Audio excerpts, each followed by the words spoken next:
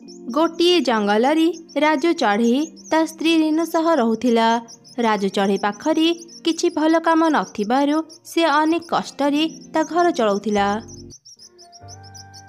रेनू दिन को दिन तो रंधा खाइबा एते खराब कहीं लगुच ना गिड़ी होउची ना हजम करी होउची। तो कौन तो जीवन रे केबे भी रोसई करि नथिलु? तुमे सबुदिन एमिति रागुच कौन पाई? खाइबा जेमिति तैयारी हुए मु ठीक सेमिति तैयारी करे, हे तुमे सब बेले मो खाइबा को खराब कुह। खराब को खराब कहबिनी तो कौन भल कहबी? मु दिन सारा काम करी घर को आसे, घरे जदि भल खाइबा पाइबिनी तो भली स्त्री थाई कि कौन लाभ? देख रीनू भल रांधिबा शिख, नहले मु आउ थरे बाहा हेबी। एबे देख तू कौन करिबू? मु आउ केमिति रांधिले मो स्वामी मो खाइबा को भल कहिबे? सबुदिन खाइबा नहीं से मते गाड़ी दियंती, मते एसबु आउ जम्मा भी भल लागुनी। एमिति कांदी कांदी रीनू चढ़ई ता खाइबा नहीं बाहर फिंगिबाकू जाउथिला। सेही समय रे तार एक बुढ़ी चढ़ई सह देखाला। रीनू खाइबा फिंगुथिबा देखि से कहिला, कि रे झियो खाइबा सबु एमिति फिंगुचु काहींकी? तो खाइबा न फिंगी मते दे, मो 3 दिन हेलाणी किछि खाइनी। बुढ़ी माँ तुमे मो खाइबा खाई परिबनी, मो खाइबार स्वाद भारी खराब, मो मोर ई खराब खाइबा तुमको केमिति खाइबा को देबी? गोटे भोकिला भल खराब खाइबा बुझेनी, से केवल ता भोक मेंटेबा को चाहे। दे मते तो खाइबा दे, भारी भोक लागिलाणी। तापरे से बुढ़ी चढ़ई रीनू पाखरु खाइबा नहीं खाइला। वाह केते स्वादिष्ट तो खाइबा, पूरा अमृत परी लागुची। एते स्वादिष्ट खाइबा तू बाहर फिंगिबाकू जाउथिलु? कौन कहिला बुढ़ी माँ? मो हाथ रंधा खाइबा तुमको स्वादिष्ट लागिला, हेले मो स्वामी सबुदिन मो खाइबा को खराब कहती। जानी पारुनी मु एमिति कौन करिबि जे मो स्वामी को भल खाइबा खुई परिबी। रेनू पाखरु एमिति सुनी बुढ़ी चढ़ई निज पाखरु एक बड़ लंका बाहर करी रेनू को देला। मु तते एई जो लंका देली एईटा गोटे जादूर लंका। तू भात तरकारी रांधिला परे ए लंकारु अल्प टिके काटी से खाइबारे पकई देबो, तापरे देखिबू समस्ते केमिति तो रंधा खाइबा हाथ चाटी चाटी खाइबे। एमिति कहू कहू ही बुढ़ी चढ़ई सेठारु गायब हो गला। रीनू आश्चर्य ही बुढ़ी चढ़ई को डाकिला, ए कौन बुढ़ी माँ कुआड़े गल? एते बड़ लंका देई बुढ़ी माँ कुआड़े चली गले? मु आगरु एते बड़ लंका देखी नथिले। बुढ़ी माँ को कथा अनुसारे जाए आउ थरे रांधि देखे। एमिति कही रीनू चढ़ई पुणी थरे रोसई कला। रोसई सरिला परी से लंकारु अल्प टिके काटी ता तरकारी रे पकेला। रोसई तो सरीगला, एबे खाइबा नहीं मो स्वामी को दिए, एबे जना पड़िबो बुढ़ी माँ को कथा सत न मिछ। एमिति चिंता करी रीनू से खाइबा धरी ता स्वामी पाखु गला आउ डरी डरी ताकू से खाइबा देला। राजू खाइबा खाई सारी कहिला, अरे वाह रीनू आज तू खाइबारे कौन जादू करिचु जे खाली खाइबा को ही इच्छा होची? केते दिन परे जाई एमिति भल खाइबाटे खाइली। तुमे सत कहूच ए खाइबा तुमको भल लागिला? मु तुमको डरिकी एक कथा कहू नथिली। ए खाइबा स्वादिष्ट हेबा पछरे गोटे कारण अछि, मु तुमको सब घटना कहूची सुन। तापरे रेनू चढ़ई बुढ़ी माठू पाइथिबा लंका विषय सब किछि ता स्वामी को कहिला। कौन हैला? जड़े बुढ़ी माँ तते एक बड़ लंका देइचंती, से लंका को थरे मो पाखकू आणना। रेनू मु एबे सब किछि बुझी पारिली। तो हाथ रंधा खाइबा स्वादिष्ट हेई नथिबारु केही जणे परी बुढ़ी माँ रूपरे आसी तते लंका दे साहाय्य करिचंती। हाँ तुमे ठीक कहूच, से बुढ़ी माँ निश्चय जणे परी हेइथिबे, तांको पाई ही आज मु एते भल खाइबा तैयारी करि पारिली। रेनू मो पाखरे एक उपाय अछि, ए लंका साहाय्य रे आमे किछि रोजगार करि परिबा। आम घर पाखरे आमे एक होटेल देई भात तरकारी रांधिबा। ए लंकारु अल्प अल्प सेथिरे पकेइबा। स्वादिष्ट तरकारी खाइबा पई समस्ते आम होटेल को आसीबे, आउ आमे अनेक टंका रोजगार करि परिबा। हाँ तुमे तो बहुत भल कथा कहिल। काली एक भल दिन, आमे कालीठो ही आम होटेल आरंभ करिदेबा।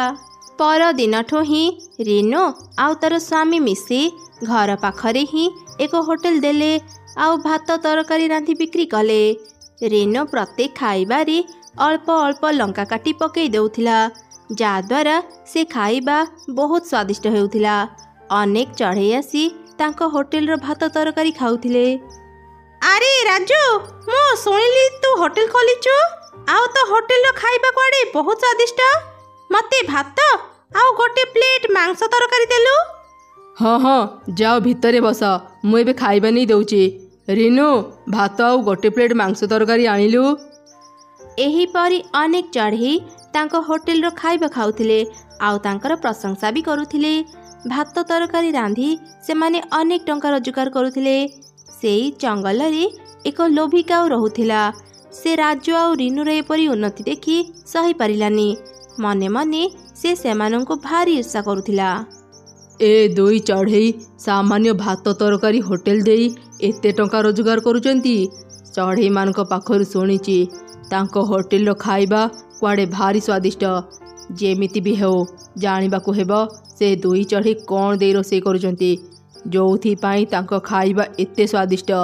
ଥରେ ଯଦି ମୁଁ ତାଙ୍କ ରହସ୍ୟ ଜାଣିଯିବି, ମୁଁ ବି ଏକ ହୋଟେଲ ଦେଇ ଭାତ ତରକାରୀ ବିକ୍ରି କରିବି। ଏମିତି ଚିନ୍ତା କରି କାଉ ରାଜୁ ଆଉ ରିନୁ ଉପରେ ନଜର ରଖିଲା। ଦିନେ ସେ ତାଙ୍କ ରୋଷେଇ ଘରର ଝରକା ପାଖକୁ ଗଲା ଆଉ ଶୁଣିଲା ସେ ଦୁଇ ଜଣ କ'ଣ କଥା ହେଉଛନ୍ତି। ରାଜୁ, ଏଇ ଦେଖ, ବଡ଼ ଲଙ୍କାକୁ କାଟି କାଟି କେତେ ସରିଗଲାଣି। ଏ ଲଙ୍କାରୁ କିଛି କିଛି ଖାଇବାରେ ପକାଉଛି ବୋଲି ଖାଇବା ବହୁତ ସ୍ୱାଦିଷ୍ଟ ହେଉଛି। ଏ ଲଙ୍କା ସରିଗଲେ ଆମେ କ'ଣ କରିବା? ସେଦିନ ପରଠାରୁ ମୁଁ ସେ ବୁଢ଼ୀମାଙ୍କୁ ଆଉ କେଉଁଠି ବି ଦେଖିନି। ହଁ, ତୁ ଠିକ୍ କହିଛୁ। ଏ ଲଙ୍କା ସରିଗଲେ ଆମ ବେପାର ବନ୍ଦ ହେଇଯିବ। ହେଲେ ଆମେ ଆଉ କ'ଣ କରିପାରିବା? ଯେତିକି ଦିନ ଏ ଲଙ୍କା ଯିବ ଆମେ ଆମ ହୋଟେଲ ଚଲାଉଥିବା। ଗ୍ରାହକଙ୍କ ଆସିବା ସମୟ ହେଇଗଲାଣି, ଖାଇବା ଧରି ଚାଲେ ବି ଯିବା।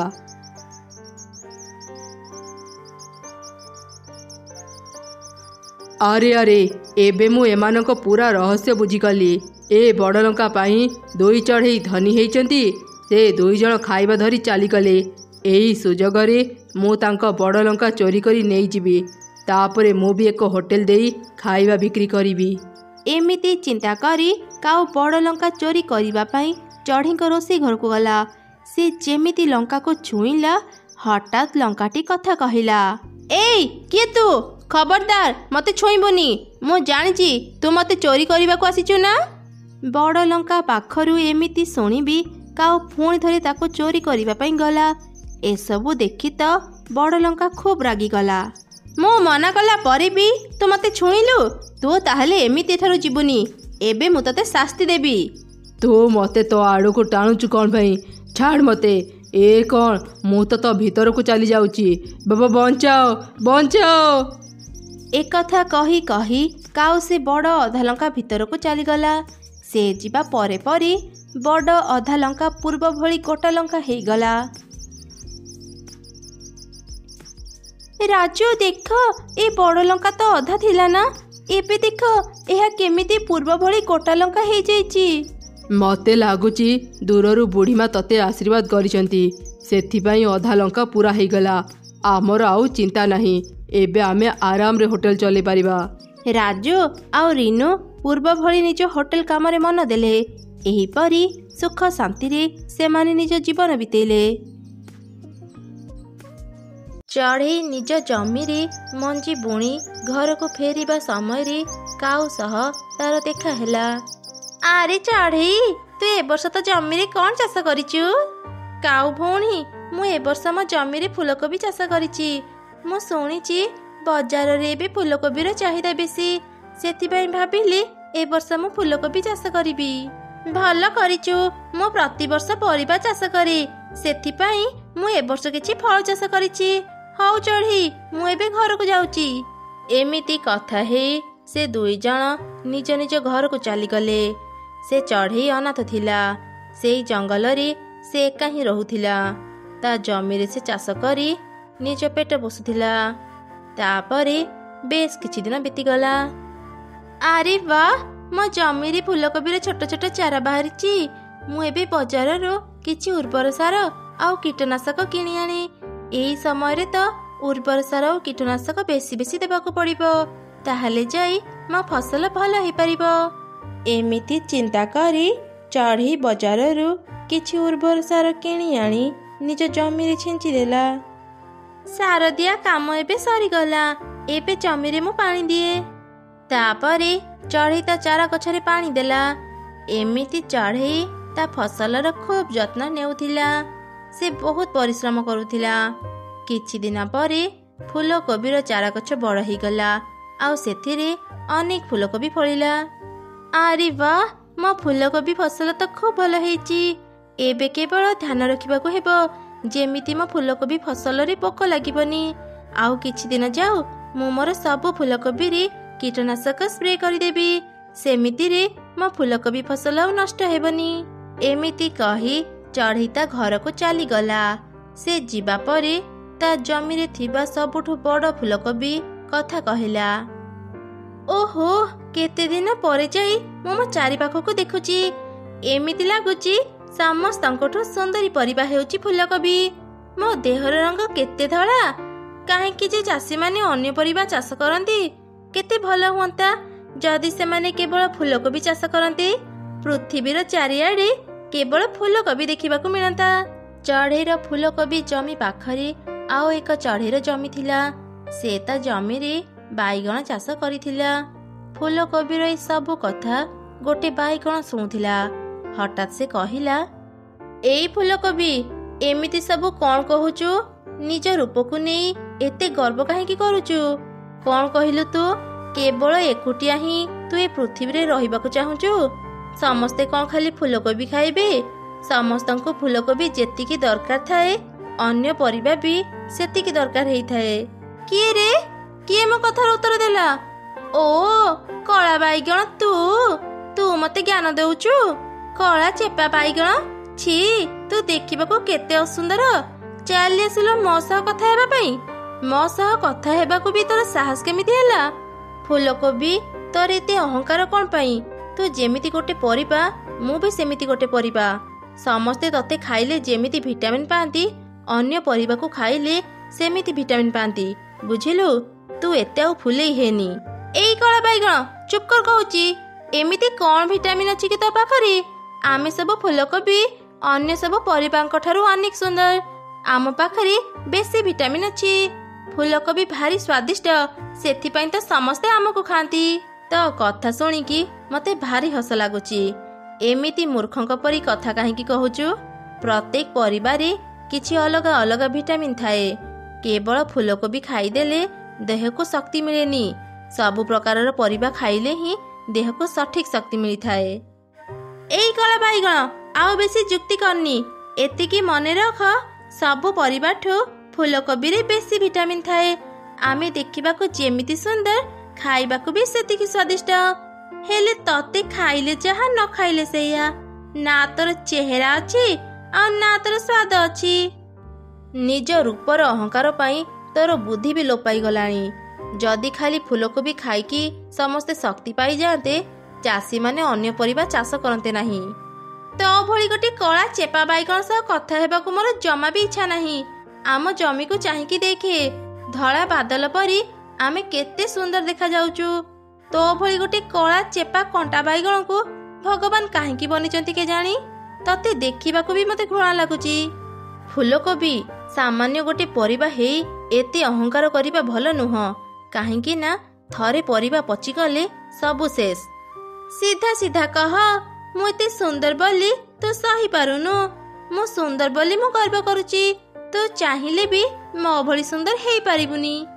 ଏମିତି ପ୍ରତ୍ୟେକ ଦିନ ଫୁଲକୋବି ନିଜ ରୂପକୁ ନେଇ ଭାରି ଗର୍ବ କରୁଥିଲା ଆଉ ବାଇଗଣକୁ ଅନେକ କଥା କହି ତାକୁ ଅପମାନ ଦେଉଥିଲା। କିଛି ଦିନ ପରେ ଚଢ଼େଇ ନିଜ ଜମିକୁ ବୁଲିବା ପାଇଁ ଆସିଲା। ଦେହ ଖରାପ ଥିବାରୁ ମୁଁ ଜମିକୁ ଆସିପାରୁନଥିଲି।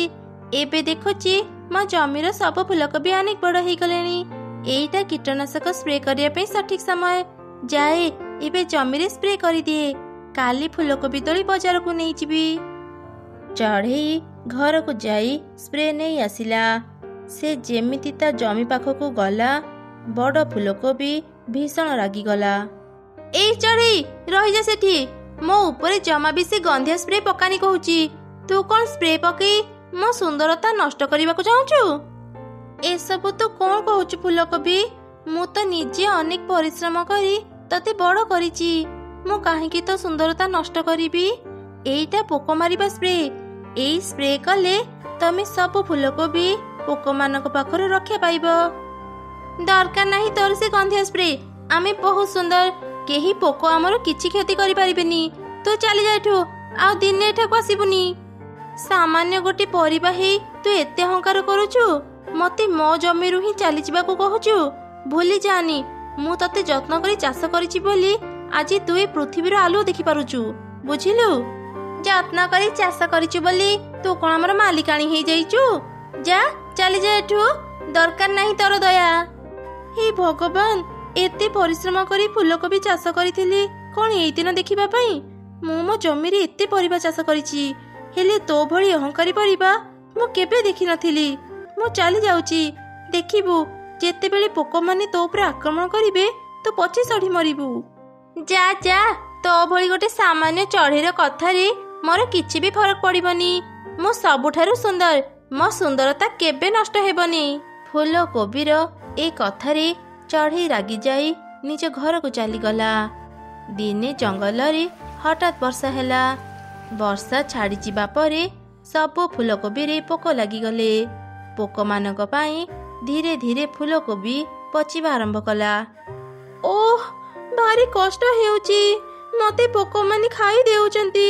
ଦୟାକରି ମତେ କେହି ସାହାଯ୍ୟ କର, ଏ ଯନ୍ତ୍ରଣା ମୁଁ ଆଉ ସହି ପାରୁନି।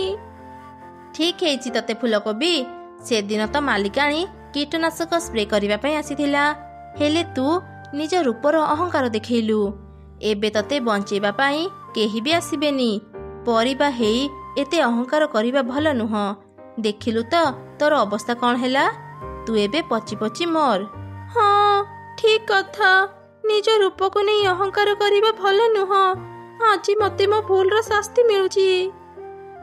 ଏମିତି କଷ୍ଟ ପାଇ ପାଇ ଶେଷରେ ବଡ଼ ଫୁଲକୋବି ସହ ଅନ୍ୟ ସବୁ ଫୁଲକୋବି ପଚି ସଢ଼ିଗଲେ।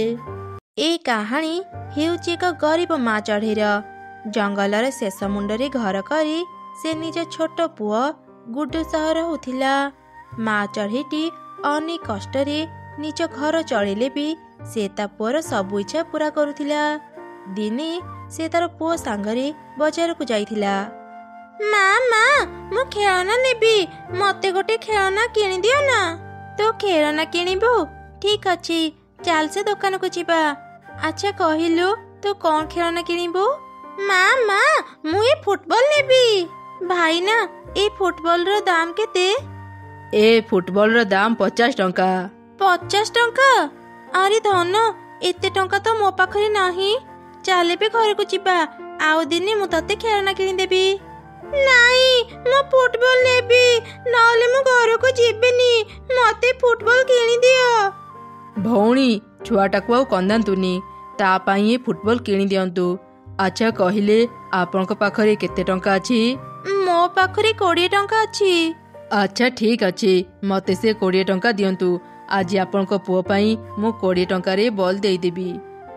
ଗୁଡୁ ବଲ୍ ପାଇ ଖୁବ୍ ଖୁସି ହେଇଗଲା।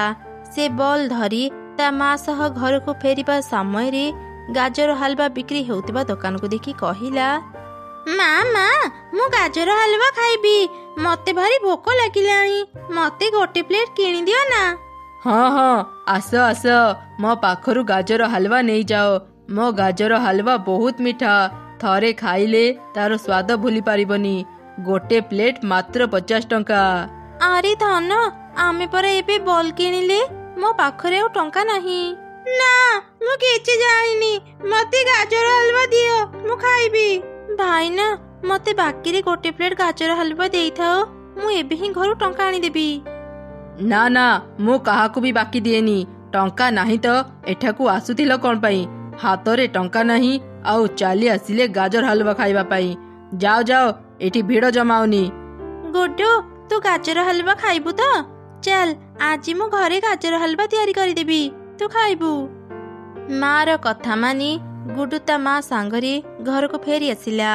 ମା ଚଢ଼େଇ ରୋଷେଇ ଘରକୁ ଯାଇ ଦେଖିଲା ଘରେ ଗୋଟି ବି ଗାଜର ନାହିଁ। ସେ ଗାଜର କିଣିବା ପାଇଁ ବଜାରକୁ ଗଲା, ହେଲେ ସେଦିନ ସେ କାହା ପାଖରେ ବି ଗାଜର ପାଇଲାନି। ଶେଷରେ ସେ ଗାଜର ହାଲବା ଦୋକାନ ପାଖକୁ ଯାଇ ଦେଖିଲା ସେ ଦୋକାନ ବନ୍ଦ ଅଛି। ଆଜି ଛୁଆଟା କେତେ ଆଶା କରିଥିଲା ଗାଜର ହାଲବା ଖାଇବା ପାଇଁ, ମୁଁ ଆଜି କୋଉଠି ବି ଗାଜର ପାଇଲିନି। କି ଗାଜର ହାଲବା ବି ପାଇଲିନି। ଏ କ'ଣ ବର୍ଷା ବି ପଡ଼ିଲାଣି। ଯାଏ ଘରକୁ ଫେରିଯାଏ, ଛୁଆଟା ଘରେ ଏକା ଥିବ। ଏମିତି ଚିନ୍ତା କରି ମା ଚଢ଼େଇଟି ଘରକୁ ଫେରୁଥିଲା। ହଠାତ୍ ନଦୀ ଭିତରୁ କାନ୍ଦିବାର ସ୍ୱର ଶୁଣି ସେ ଅଟକିଗଲା। ବଞ୍ଚାଅ, ମୋତେ କେହି ବଞ୍ଚାଅ।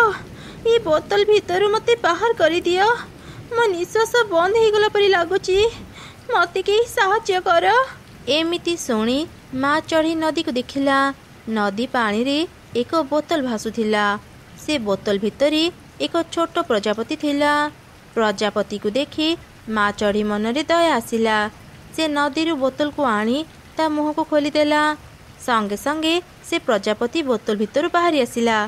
ହେଲେ ଏ କ'ଣ, ସେ ପ୍ରଜାପତି ହଠାତ୍ ଏକ ସୁନ୍ଦର ପରୀରେ ବଦଳିଗଲା। ଚଢ଼େଇ, ତତେ ଅନେକ ଅନେକ ଧନ୍ୟବାଦ। କେତେ ଦିନରୁ ମୁଁ ଏ ବୋତଲରେ ବନ୍ଦୀ ହେଇଥିଲି।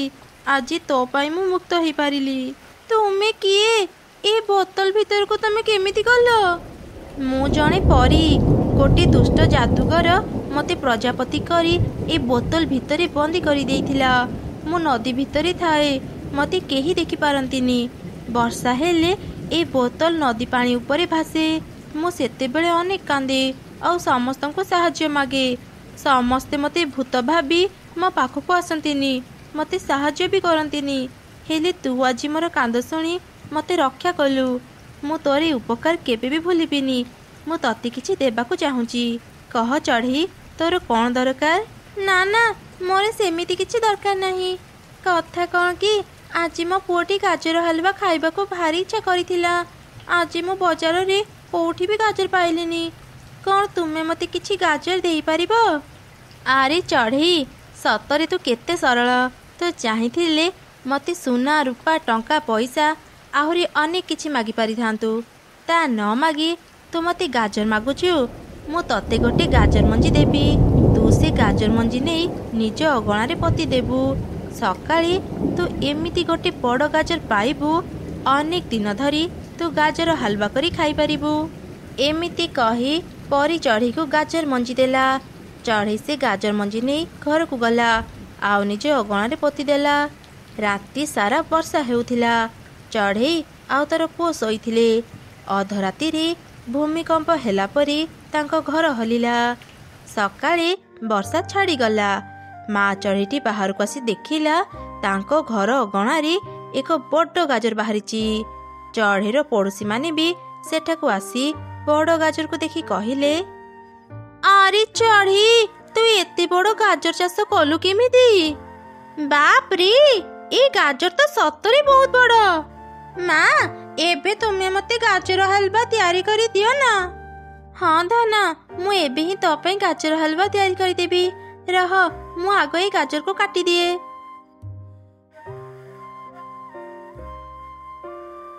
ଆରେ ଚଢ଼େଇ, ତୁ ଏ ଛୋଟ ଛୁରୀରେ ଏତେ ବଡ଼ ଗାଜର କାଟି ପାରିବୁନି। ମୋ ପାଖରେ ଗଛ କାଟିବା କଟୁରୀ ଅଛି। ରହ, ମୁଁ ଆଣିଦେଉଛି। ସମସ୍ତେ ମିଶି ଏ ଗାଜରକୁ କାଟିବା। ବଡ଼ ଗାଜର କଥା ସଙ୍ଗେ ସଙ୍ଗେ ହିଁ ଚାରିଆଡ଼େ ପ୍ରଚାର ହେଇଗଲା। ଜଙ୍ଗଲର ରାଜା ବି ସେ ବଡ଼ ଗାଜର ଦେଖିବା ପାଇଁ ଆସିଲା। ସମସ୍ତେ ମିଶି ଟିକେ ଟିକେ କରି ସେ ବଡ଼ ଗାଜରକୁ କାଟିଲେ। ମା ଚଢ଼େଇ ସମସ୍ତଙ୍କୁ ଗାଜର ହାଲୁଆ ତିଆରି କରି ଖାଇବାକୁ ଦେଲା। ମା ଚଢ଼େଇର ହାତ ତିଆରି ଗାଜର ହାଲୁଆ ରାଜା ଚଢ଼େଇକୁ ଭାରି ମିଠା ଲାଗିଲା। ଆରେ ବାଃ ଚଢ଼େଇ, ତୁ ତ ବହୁତ ଭଲ ଗାଜର ହାଲୁଆ ତିଆରି କରିଛୁ। ମୁଁ ତତେ ରାଜପ୍ରସାଦରେ ରୋଷେଇଆର ଚାକିରି ଦେଉଛି। କାଲିଠୁ ତୁ ମୋ ପାଇଁ ରୋଷେଇ କରିବୁ। ଆଉ ହଁ, ଏତେ ବଡ଼ ଗାଜର ଚାଷ କରିଥିବାରୁ ମୁଁ ତତେ କିଛି ଉପହାର ବି ଦେଉଛି। ଏଇ ନେ। ଏମିତି କହି ରାଜା ମା ଚଢ଼େଇକୁ ଏକ ସୁନା ଟଙ୍କାର ଥଳି ଦେଲା। ମା ଚଢ଼େଇ ଖୁସି ହେଇ ରାଜାକୁ ଧନ୍ୟବାଦ ଜଣାଇଲା। ମା ଚଢ଼େଇ ସେ ବଡ଼ ଗାଜରକୁ ଜଙ୍ଗଲ ସାରା ଚଢ଼େଇଙ୍କୁ ବାଣ୍ଟିଦେଲା। 7 ଦିନ ଧରି ସମସ୍ତେ ସେ ଗାଜରରୁ ମିଠା ହାଲୁଆ ତିଆରି କରି ଖାଇଲେ। ରାଜପ୍ରସାଦରେ ମା ଚଢ଼େଇଟି ରୋଷେଇଆର ଚାକିରି ପାଇଲା। ପ୍ରତ୍ୟେକ ମାସ ସେ ଅନେକ ଟଙ୍କା ପାଉଥିଲା। ତାର ଆଉ କିଛି ଅଭାବ ରହିଲାନି। ନିଜ ଛୁଆ ସହ ସେ ଆରାମରେ ଚଳିଲା। ଚଢ଼େଇ ନିଜ ଘର ପଛପଟେ କିଛି ଷ୍ଟ୍ରବେରୀ ଚାଷ କରିଥିଲା। ସବୁ ଷ୍ଟ୍ରବେରୀ ଗଛ ଭିତରୁ ଗୋଟିଏ ଷ୍ଟ୍ରବେରୀ ଗଛ ବହୁତ ବଡ଼ ଥିଲା। ସେଇ ବଡ଼ ଷ୍ଟ୍ରବେରୀ ଗଛରେ 2ଟି ବଡ଼ ବଡ଼ ଷ୍ଟ୍ରବେରୀ ଝୁଲିଥିଲା। गोटे थिला कंचा स्ट्रॉबेरी आउ गोटे थिला पाचिला स्ट्रॉबेरी। आज मु बहुत खुशी मो देहर रंग लाल हो जाइछि। मो केते सुंदर देखा जाउछि। मो देहरु केते बढ़िया बास्ना बाहरुछि। समस्ते मते देखिले मोर प्रशंसा करिबे। मु समस्तंकर प्रिय हो गली। कि रे सबुज स्ट्रॉबेरी तू ए जाई पाचिनु तो सेमिति कंचा हेकी रही गलु। अन्य मानक पाखरे तोर किछि मूल्य नाही। एते अहंकार भल नुह सांग। तू बधे भूली जाउचु आमे गोटे गछर फल। किछि दिन तळे तो रंग भी मो परी सबुज थिला। तू टिके आग पाची गलु सेथि पई तो रंग लाल हे गला। किछि दिन परे मो रंग भी तो परी लाल हे जिवो। एई छोट कथा पई एमिति अहंकार काहेकि करूचु कहिलु? हाँ हाँ मो बुझी गली। तू मते हिंसा करूचु बोली एमिति कहूचु। मु तोठु आग सुंदर हे गली। ए रास्ता रे जो चढ़े जाउचंती से माने मते देखि मोर प्रशंसा करूचंती। हेले केही भी तते देखु नाहंती कि तोर प्रशंसा करू नाहंती। सेथि पई तो मन रे ईर्ष्या हेउची ना। कंचा स्ट्रॉबेरी आ पाचिला स्ट्रॉबेरी जेतेबेले एमिति कथा हेउतिले सेही समय रे स्ट्रॉबेरी चाष करितबा चढ़ेई सेठाको आसिला। ताकू देखि पाचिला स्ट्रॉबेरी कहिला, एई तो आम मालिकाणी आसी गले। चल तांको पचारिबा से आम दुई जनक भितरु काहाकू बेसी भल पांती। अच्छा मालिकाणी ठीके कहंतु तो आम दुई स्ट्रॉबेरी के भितरु को स्ट्रॉबेरी को तमे बेसी भल पाओ? आम दुई जनक भितरु किए तुमको बेसी सुंदर लागुची कहिला? मु तम दुई जनकू चाष करिची। मो पई तमे दुई जन समान। तमे दुई जन ही बहुत सुंदर लागुच। ना ना एमिति हेई परिबनी। दुई जन जाक एका संगरे सुंदर केमिति लागिबो? बुझी गली। तुमे कंचा स्ट्रॉबेरी रो मन रखिया पई एमिति मिछ कहउच ना। ना ना मो काहाको भी खुशी करिया पई ए कथा कहिनी। मु जहा भी कहिची ता ठीक कहिची। केमिति ठीक कहउच? मु कंचा स्ट्रॉबेरी ठारो भी बेसी सुंदर देखा जाउची। ता जानिबी तुमे कंचा स्ट्रॉबेरी को सुंदर कहउच। एइठो जणा गला तुमे केते मिछुआ। आरे सांग कंचा स्ट्रॉबेरी मालिकाणीक सह काहेकि झगड़ा करूचु कहिलु? ए चुप मते तू तोर सांग कहिबुनी बुझिलु। मालिकाणी तोर टिके प्रशंसा करिदेले तो सेथि पई तोर मुह बढ़ी गला। दिन आसीबो तू जानिबु मु तोठु केते सुंदर। एमिति किछि दिन बीती गला। दिने चढ़ेर दुई छुआ स्ट्रॉबेरी गछ पाखरे आसी झगड़ा करुथिले। एई तते केते थर कहिबी मां जेतेबेले भी चॉकलेट देबे मु अधिका निबी काहेकि ना मु बड़। मां तोठु बेसी मते भल पांती। हाँ तू बड़ हेई पारु हेले मां तो परी मते भी भल पांती। सेथि पई मां जहा भी देबे आमे समान भाग करी नेबा। एई तमे दुई जन झगड़ा बंद कर। मां केबे भी दुई छुआक भितरु गोटे छुआ को अधिक भल पाएनी। से तार दुई छुआ को ही समान भल पाए। तमे दुई छुआ तम मां पाखरे मूल्यवान। सेथि पई तम मां जहा भी दिए समान भाग करी खाओ। ना ना तमे दुई जन ए कंचा स्ट्रॉबेरी रो कथा सुननी। दुई जन को समान भाबरे केही भी भल पांतिनी। तम मां तम दुई जन को भितरु जन को बेसी भल पाउथिबे। ना ना ए लाल स्ट्रॉबेरी रो कथा सुनी तमे माने पुणी झगड़ा करनी। बड़ हेउ किंबा सान मां तार दुई छुआ को समान भल पाए। जदि जानिबाकू चाहुच परीक्षा करिनियो। आमे केमिति परीक्षा करिबु? काली तमे माने किछि काम न करी सोई रहिबो। तापरे तमे माने जानि पारिबो तम मां काहाकू बेसी भल पाए। परदिन सकाळे दुई चढ़ी छुआ सोई रहिले। से माने बिछणारे उठिलेनी। किछि समय परे तांक मां सेठाकू आसी कहिला, कि रे आजि तमे दुई जण एते समय जाई सोई रहिच? मो सांगरी खाइबा खोजिबाकू जीवनी कि? मां मां मते आज जम्मा भी भल लागुनी। भारी दुर्बल लागुची। मु आज कुआडी भी जाई पारिबिनी। मां मां मो देह भी आज भल नाही। मु भी कुआडी जाई पारिबिनी। अच्छा हौ आज तमे दुई जण आराम कर। कौन खाइबा कुह मु तम मन पसंदर खाइबा आनी देबी। दुई छुआंकर देह खराब कथा जानी मां चढ़ेटी बहुत दुखी थिला। किछि समय परे से तार दुई छुआंक पई मन पसंदर खाइबा आनी देला। एमिति से दुई छुआ जानिगले तांक मां दुई जन को समान भाबरे भल पाए। परदिन सेमाने पुणी थरी स्ट्रॉबेरी गछ पाखु गले। कंचा स्ट्रॉबेरी तुमे ठीक कहूतिल। मां आम दुई जन को समान भल पांती। मु निजे भूल बुझी गली। मु आउ केबे भी मो भौणी सह झगड़ा करिबिनी। हाँ हाँ मु भी बुझी गली। मु भी मो भौणी सह झगड़ा करिबिनी। जहार निजर मूल्य नाही से अन्य माननकु ज्ञान देउची देख। किए कहिला कंचा स्ट्रॉबेरी रा मूल्य नाही? कंचा स्ट्रॉबेरी पई आमे निजे भूल बुझी पारिलु। सेथि पई तार मूल्य आम पाखरी बहुत। ହେଲେ ତୋ ପାଇଁ ଆମ ଭିତରେ ଆହୁରି ଝଗଡ଼ା ହେଉଥିଲା। ତୋ ମୂଲ୍ୟ ଆମ ପାଖରେ କିଛି ବି ନାହିଁ। ତ ଆମେ ଦୁଇଟା ଛୋଟିଆ ଛୁଆ, ସେଥିପାଇଁ ଏ କଞ୍ଚା ଷ୍ଟ୍ରବେରୀର କଥାରେ ପଡ଼ିଯାଇଛ। କିଏ ଠିକ୍ କିଏ ଭୁଲ ଜାଣିପାରୁନ। ଯାଅ, ଚାଲିଯାଅ ଏଠୁ। ଏମିତି ସେ ଦୁଇ ଚଢ଼େଇ ଛୁଆ ସେଠାରୁ ଚାଲିଗଲେ। ପରଦିନ ସକାଳେ ଲାଲ ଷ୍ଟ୍ରବେରୀ କଞ୍ଚା ଷ୍ଟ୍ରବେରୀକୁ କହିଲା, ମୁଁ ତୋ କଥା ବୁଝିଗଲି। ସୁନ୍ଦରତାରେ ତୁ ମତେ ହରେଇ ପାରିବୁନି, ସେଥିପାଇଁ ଚାଲାକି କରି ଅନ୍ୟମାନଙ୍କୁ ମିଠା କଥା କହି ନିଜ ଆଡ଼କୁ କରିନେଉଛୁ। ମୁଁ ଏମିତି କରୁନି ସାଙ୍ଗ, ତୁ ମତେ ଭୁଲ ବୁଝୁଛୁ। ମୁଁ ତୋର ଶତ୍ରୁ ନୁହଁ। ଏଇ ତତେ କେତେଥର କହିବି, ତୁ ମୋର ସାଙ୍ଗ ହେବାକୁ ଯୋଗ୍ୟ ନୁହଁ। ମତେ ଆଉ ଦିନେ ବି ସାଙ୍ଗ କହିବୁନି। ଦୁଇ ଷ୍ଟ୍ରବେରୀ ଯେତେବେଳେ ଏମିତି କଥା ହେଉଥିଲେ, ସେ ରାସ୍ତା ଦେଇ ଏକ ଚିଲ ଛୁଆ ଯାଉଥିଲା। ଏତେ ବଡ଼ ବଡ଼ ଷ୍ଟ୍ରବେରୀ ଦେଖି ସେ ସେଇ ଗଛ ପାଖକୁ ଆସିଲା। ଆରେ ବାପରେ, ଏ ଷ୍ଟ୍ରବେରୀଟା କେତେ ବଡ଼! ମୁଁ ଏତେ ବଡ଼ ଲାଲ ଷ୍ଟ୍ରବେରୀ ଆଗରୁ ଦେଖିନଥିଲି। ମୁଁ ଆଜି ଆକୁ ପାଳି ଖାଇବି। ବହୁତ ଦିନରୁ ମୁଁ ଷ୍ଟ୍ରବେରୀ ଖାଇନି। ଚିଲ ଛୁଆର ଏପରି କଥା ଶୁଣି ଲାଲ ଷ୍ଟ୍ରବେରୀ ବହୁତ ଡରିଗଲା। ସାଙ୍ଗ କଞ୍ଚା ଷ୍ଟ୍ରବେରୀ, ମତେ ବଞ୍ଚା। ଏ ଚିଲ ଛୁଆ କହୁଛି ମତେ ଖାଇଦେବ। ମତେ ରକ୍ଷା କର ସାଙ୍ଗ। ଆରେ ଲାଲ ଷ୍ଟ୍ରବେରୀ, ମୋ ଆଗରୁ ତୁ ପାଚିଥିଲୁ ବୋଲି ବହୁତ ଅହଙ୍କାର କରୁଥିଲୁ। ହେଲେ ତୁ ଭୁଲି ଯାଇଥିଲୁ, ପାଚିଲା ଫଳକୁ ଚଢ଼େଇମାନେ ଆଗ ଖାଆନ୍ତି। ଆଜି ତୋର ଏ ଅବସ୍ଥା ଦେଖି ମୁଁ ଜମା ବି ହସିବିନି କି ତୋର ମଜା ଉଡ଼େଇବିନି। ମୁଁ ଜାଣେ ଦିନେ ଦିନେ ତୋ ପରି ଅବସ୍ଥା ମୋର ବି ହେବ। କଞ୍ଚା ଷ୍ଟ୍ରବେରୀର କଥା ସରିଛି କି ନାହିଁ, ଚିଲ ଛୁଆ ସେ ଲାଲ ଷ୍ଟ୍ରବେରୀକୁ ତୋଳି ଖାଇଦେଲା। ଆଉ ତାପରେ ସେଠାରୁ ଚାଲିଗଲା। ଏଇଟା ତୋର ଚତୁର୍ଥ ଅଣ୍ଡା। ପ୍ରତିଥର ତ ଅଣ୍ଡା ଚୋରି ହେଇଯାଉଛି। ଏଥର ତୁ ତ ଅଣ୍ଡା ସମ୍ଭାଳିକି ରଖିବୁ। ରାତିରେ ନ ଶୋଇ ତୁ ଅଣ୍ଡା ଜଗିବୁ, ଯେମିତି ତ ଅଣ୍ଡା କେହି ବି ଚୋରି କରି ନେଇପାରିବେନି। ତମେ ଚିନ୍ତା କରନି, ଆଜି ମୁଁ ନ ଶୋଇ ମୋ ଅଣ୍ଡାକୁ ଭଲ କି ଜଗି ରହିବି। ମୋର ବି ତ ମା ଡାକ ଶୁଣିବାକୁ ଇଚ୍ଛା ହୁଏ। ମା ହେବା ପାଇଁ ମୁଁ କେତେ ଦିନରୁ ଅପେକ୍ଷା କରି ରହିଛି। ହେଲେ କାହାର ନଜର ମୋ ଅଣ୍ଡା ଉପରେ ପଡ଼ିଯାଇଛି କେଜାଣି। ପ୍ରତିଥର ମୋ ଅଣ୍ଡା ଚୋରି ହେଇଯାଉଛି। ଆଚ୍ଛା ଆଚ୍ଛା, ଠିକ୍ ଅଛି। ମୁଁ ଏଇ ପାଖରେ ଶୋଉଛି। ତୁ ଭଲ ଭାବରେ ତ ଅଣ୍ଡାକୁ ଜଗ। ଏମିତି କହି ରାଜୁ ସେ ପାଖରେ ଶୋଇପଡ଼ିଲା। ରିନୁ ତା ଅଣ୍ଡା ଜଗିଥିଲା। ଅଧରାତିରେ ଏକ ଭୟଙ୍କର ପିଶାଚି ଝରକା ପାଖକୁ ଆସି ଚଢ଼େଇକୁ ଦେଖିଲା। ଏ ଚଢ଼େଇ ପୁଣି ଥରେ ଅଣ୍ଡା ଦେଇଛି। ଆଗରୁ ମୁଁ ୟାର 3ଟି ଅଣ୍ଡା ଚୋରି କରି ନେଇଯାଇଛି।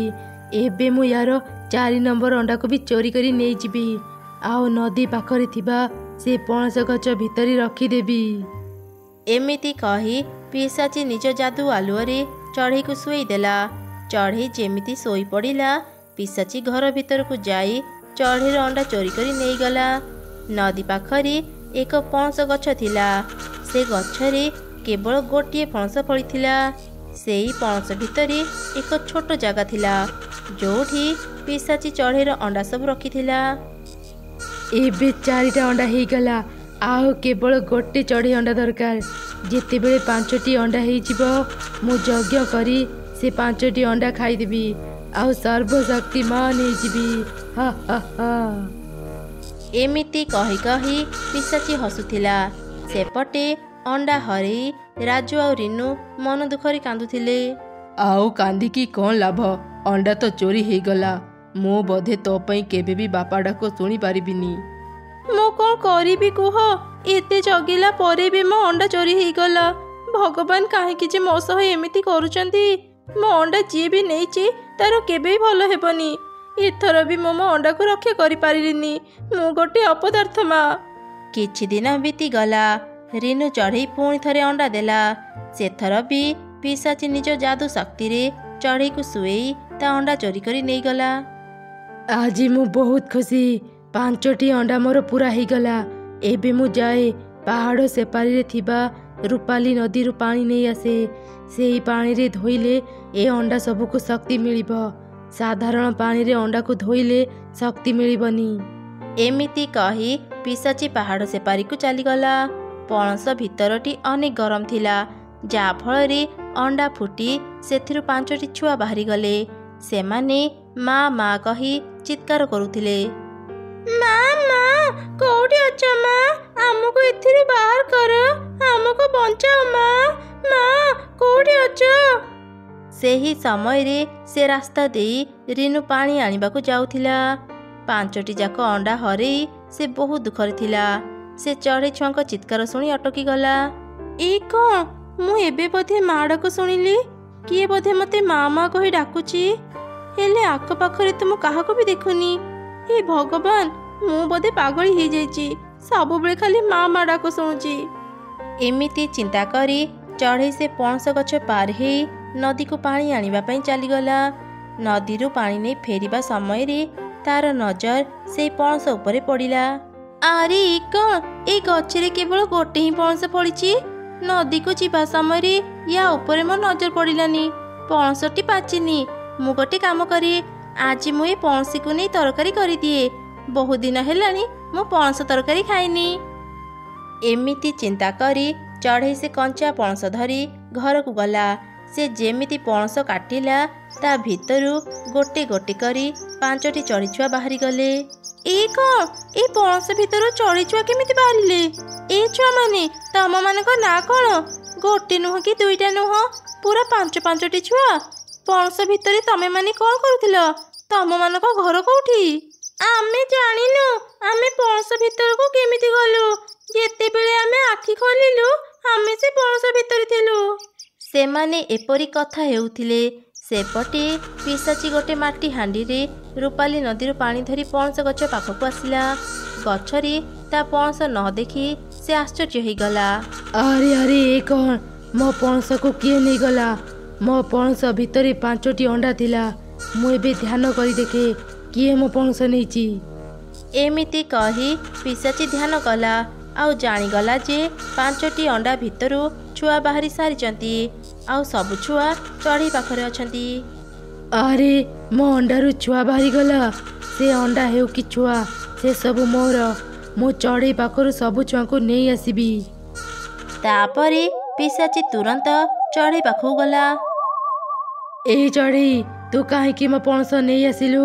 ମୁଁ ପଣସ ଭିତରେ ଏହି 5ଟି ଚଢ଼େଇ ଛୁଆଙ୍କୁ ରଖିଥିଲି। ଏ ଛୁଆ ସବୁ ମୋର। ଦେ, ମୋତେ ମୋ ଛୁଆ ଫେରେଇ ଦେ। ଏ କ'ଣ? ମୋ ସାମ୍ନାରେ ଗୋଟେ ପିଶାଚି ଛିଡ଼ା ହେଇଛି। ନା, ମୁଁ ତତେ ଛୁଆଙ୍କୁ ଦେବିନି। ମୁଁ ଜାଣିଛି ତୁ ନିଶ୍ଚୟ କିଛି ଖରାପ କାମ ପାଇଁ ଛୁଆଙ୍କୁ ପଣସ ଭିତରେ ରଖିଥିବୁ।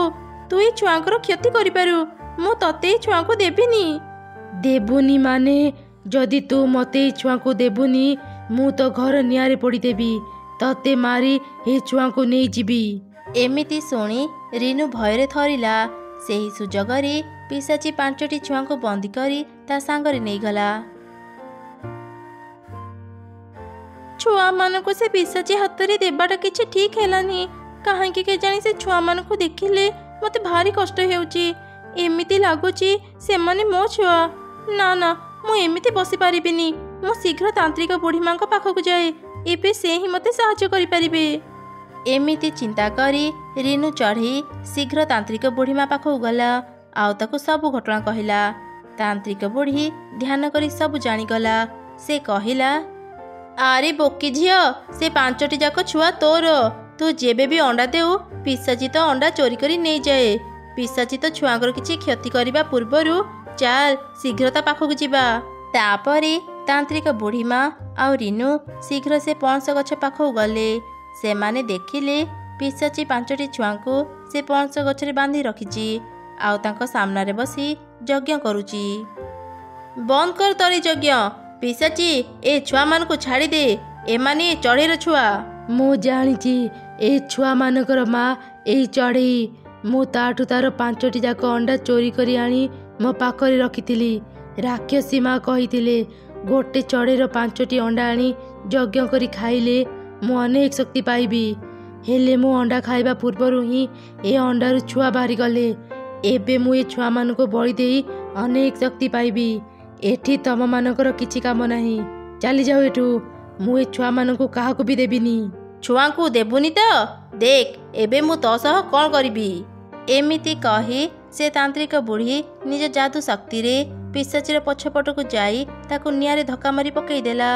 ପିଶାଚୀ ଯଜ୍ଞ କରୁଥିବା ନିଆଁରେ ନିଜେ ହିଁ ପୋଡ଼ି ଭସ୍ମ ହେଇଗଲା। ତାନ୍ତ୍ରିକ ବୁଢ଼ୀ ଚଢ଼େଇ ଛୁଆଙ୍କୁ ବି ମୁକ୍ତ କରିଦେଲା। ନିଜ ଛୁଆଙ୍କୁ ଫେରି ପାଇ ଚଢ଼େଇ ଅନେକ ଖୁସି ହେଇଗଲା। ତମେମାନେ ମୋ ଛୁଆ, ଆସ ମୋ ପାଖକୁ ଆସ। ମୋତେ କ୍ଷମା କରିଦିଅ। ଏତେ ପାଖରେ ପାଇବି ମୁଁ ତମମାନଙ୍କୁ ଚିହ୍ନି ପାରିଲିନି। ଚାଲ ସମସ୍ତେ ଘରକୁ ଯିବା।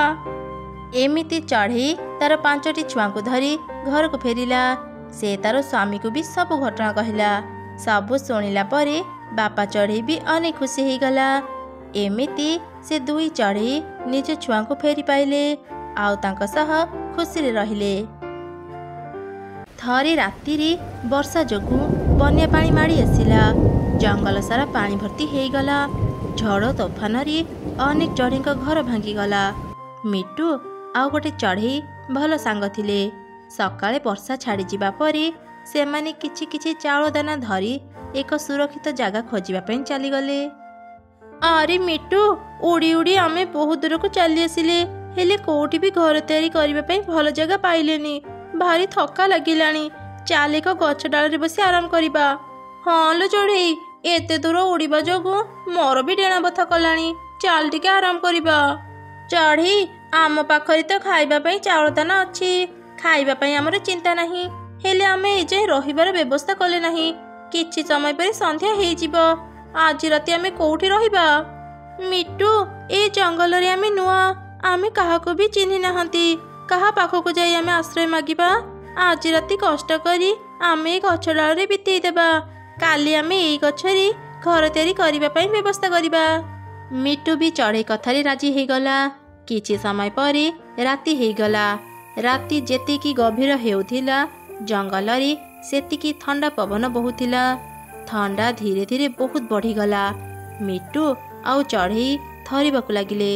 ମିଟୁ, ଏ ଥଣ୍ଡା ପବନରେ ମୁଁ ଗଛ ଡାଳରେ ଆଉ ବସି ପାରିବିନି। ମତେ ଭାରି ଥଣ୍ଡା ଲାଗୁଛି।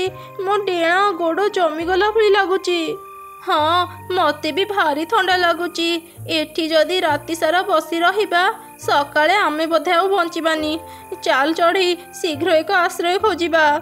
ମିଟୁ, ସେପଟକୁ ଦେଖେ, ସେଠି ଗୋଟେ ଘର ଅଛି। ସେ ଘରେ ଆଲୁଅ ଜଳୁଛି। ନିଶ୍ଚୟ ସେ ଘରେ କୋଉ ଚଢ଼େଇ ରହୁଥିବ। ଚାଲ ତା ପାଖକୁ ଯାଇ ଆଶ୍ରୟ ମାଗିବା। ହଁ, ଚାଲ ସେ ଘର ପାଖକୁ ଯିବା। ଆମ ଚାଉଳ ଦାନା ଏଇ ଗଛ ଡାଳରେ ଥାଉ। ସକାଳେ ଏଠାକୁ ଚାଲି ଆସିବା। ଏମିତି କଥା ହେଇ ମିଟୁ ଆଉ ଚଢ଼େଇ ସେ ଘରକୁ ଗଲେ ଆଉ ସେ ଘରର କବାଟ ବାଡ଼େଇଲେ। କିଏ କିଏ ମୋ କବାଟ ବାଡ଼ଉଛ? ଏତେ ବଢ଼ିଆ ଶୋଇଥିଲି, ଯାଇ ଦେଖେ କିଏ ମୋ ନିଦ ଭାଙ୍ଗିଦେଲା। କିଏ ତମେ ମାନେ? ଏତେ ଜୋର ଜୋରେ ମୋ କବାଟ କାହିଁକି ବାଡ଼ଉଥିଲ? ତମ ମାନଙ୍କ ସମସ୍ୟା କ'ଣ? ମୁଁ ଚଢ଼େଇ, ଏ ମିଟୁ ମୋ ସାଙ୍ଗ। ଆମେ ପାଖ ଜଙ୍ଗଲରୁ ଆଜି ହିଁ ଆସିଛୁ। ଆମ ପାଖରେ ରହିବା ପାଇଁ ଘର ନାହିଁ।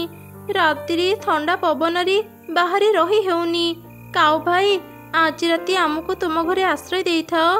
ଚଢ଼େଇର ଏପରି କଥା ଶୁଣି କାଉ ମନରେ ଚିନ୍ତା କଲା, ମୁଁ ଏମାନଙ୍କୁ ମୋ ଘରେ କେବେ ବି ରହିବାକୁ ଦେବିନି। ମୋ ନିଦ ଭାଙ୍ଗିଥିଲେ ଏମାନେ। ମୁଁ ଆଗ ଏମାନଙ୍କୁ ଟିକେ ହଇରାଣ କରିସାରେ, ତାପରେ ଏଠୁ ବାହାର କରିଦେବି। ହଁ ହଁ, ମୁଁ ତମମାନଙ୍କୁ ମୋ ଘରେ ରହିବାକୁ ଦେବି ଯେ, ହେଲେ ମୋର ଗୋଟେ ସର୍ତ୍ତ ଅଛି। ତମ 2 ଜଣଙ୍କ ଭିତରୁ ଜଣେ ଗୀତ ଗାଇକି ମୋତେ ଶୁଣାଅ। ତମମାନଙ୍କ ଗୀତ ଯଦି ମୋତେ ଭଲ ଲାଗେ, ତାହେଲେ ମୁଁ ତମମାନଙ୍କୁ ମୋ ଘରେ ରହିବାକୁ ଦେବି। କ'ଣ ହେଲା? ଗୀତ ଗାଇବି? ହେଲେ କାଉ ଭାଇ, ମତେ ତ ଗୀତ ଗାଇ ଆସେନି। ଆଚ୍ଛା ହଉ, ଗୀତ ନହେଲେ ନାହିଁ, ମୋତେ ଟିକେ ନାଚିକି ଦେଖାଅ, ତାପରେ ମୁଁ ତମମାନଙ୍କୁ ମୋ ଘରେ ରହିବାକୁ ଦେବି। ଆମେ ନାଚ ବି ଜାଣିନୁ। କାଉ ଭାଇ, ତୁମରି କେମିତିକା ସର୍ତ୍ତ? ଆମର ମଜା ଉଡ଼ାଅନି। ପ୍ଲିଜ, ଆଜି ରାତି ଆମକୁ ତୁମ ଘରେ ରହିବାକୁ ଦେଇଥାଅ। ନାଚ ଗୀତ କିଛି ଜାଣିନ ଆଉ ଚାଲି ଆସିଲ ମୋ ଘରେ ରହିବା ପାଇଁ? ଚାଲିଯାଅ ଏଠୁ। ମୁଁ ତମମାନଙ୍କୁ ମୋ ଘରେ ରହିବାକୁ ଦେଇପାରିବିନି। ଏ କାଉ ଭାରି ଦୁଷ୍ଟ। ଚାଲ ମିଟୁ, ଆମେ ନିଜ ଜାଗାକୁ ଫେରିଯିବା। ଏ କାଉ ଆଜି ଆମ ସହ ଯାହା ବ୍ୟବହାର କଲା, ଦିନେ ଦିନେ ସେ ନିଶ୍ଚୟ ଅନୁତାପ କରିବ। ତାପରେ ସେ 2 ଜଣ ସେଇ ଗଛ ଡାଳକୁ ଫେରିଗଲେ। ସେମାନେ ଗଛରୁ ପତ୍ର ତୋଳି ଘୋଡ଼େଇ ହେଲେ। ବହୁତ କଷ୍ଟରେ ସେମାନେ ସେ ଥଣ୍ଡା ରାତି ବିତେଇଲେ।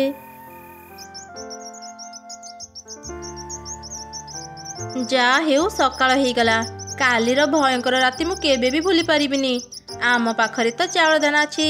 ଚାଲ ଚଢ଼େଇ, ଆମେ କିଛି ଚାଉଳ ଦାନା ଖାଇନେବା, ତାପରେ କାଠ ଖୋଜି ଘର ତିଆରି କରିବା। ମିଟୁର କଥା ସରିଛି କି ନାହିଁ, କାଉ ସେଠି ପହଞ୍ଚିଗଲା। କିରେ ମିଟୁ, କିରେ ଚଢ଼େଇ, କାଲି ରାତି ତମମାନଙ୍କର କେମିତି କଟିଲା? ଏଯାଏଁ ତମେମାନେ ଠିକ ଅଛ? ମୁଁ ତ ଭାବିଥିଲି ତମେମାନେ ଥଣ୍ଡାରେ ଜମି ଯାଇଥିବ। ଆରେ ଏ କ'ଣ, ତମମାନଙ୍କ ପାଖରେ ଏତେ ଗୁଡ଼ିଏ ଚାଉଳ ଦାନା ଅଛି? ଶୀଘ୍ର ମୋତେ ତମମାନଙ୍କ ଚାଉଳ ଦାନା ଦିଅ।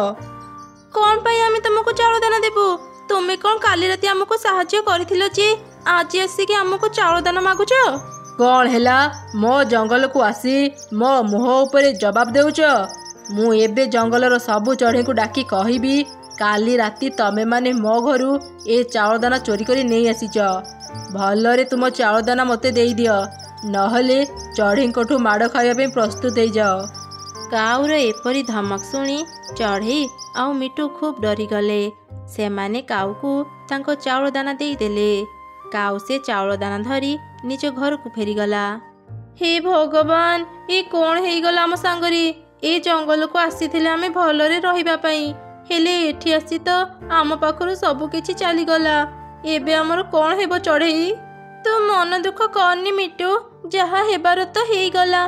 खाइबा न खाई आमे गोटे ओली पानी पीकी रही जिबा। हेले रातिर थंडारु रक्षा पाइबा पई हमको घरटी निहाती दरकार। चल मिटू रहिबा पई आमे एक जगह ठीक करिबा।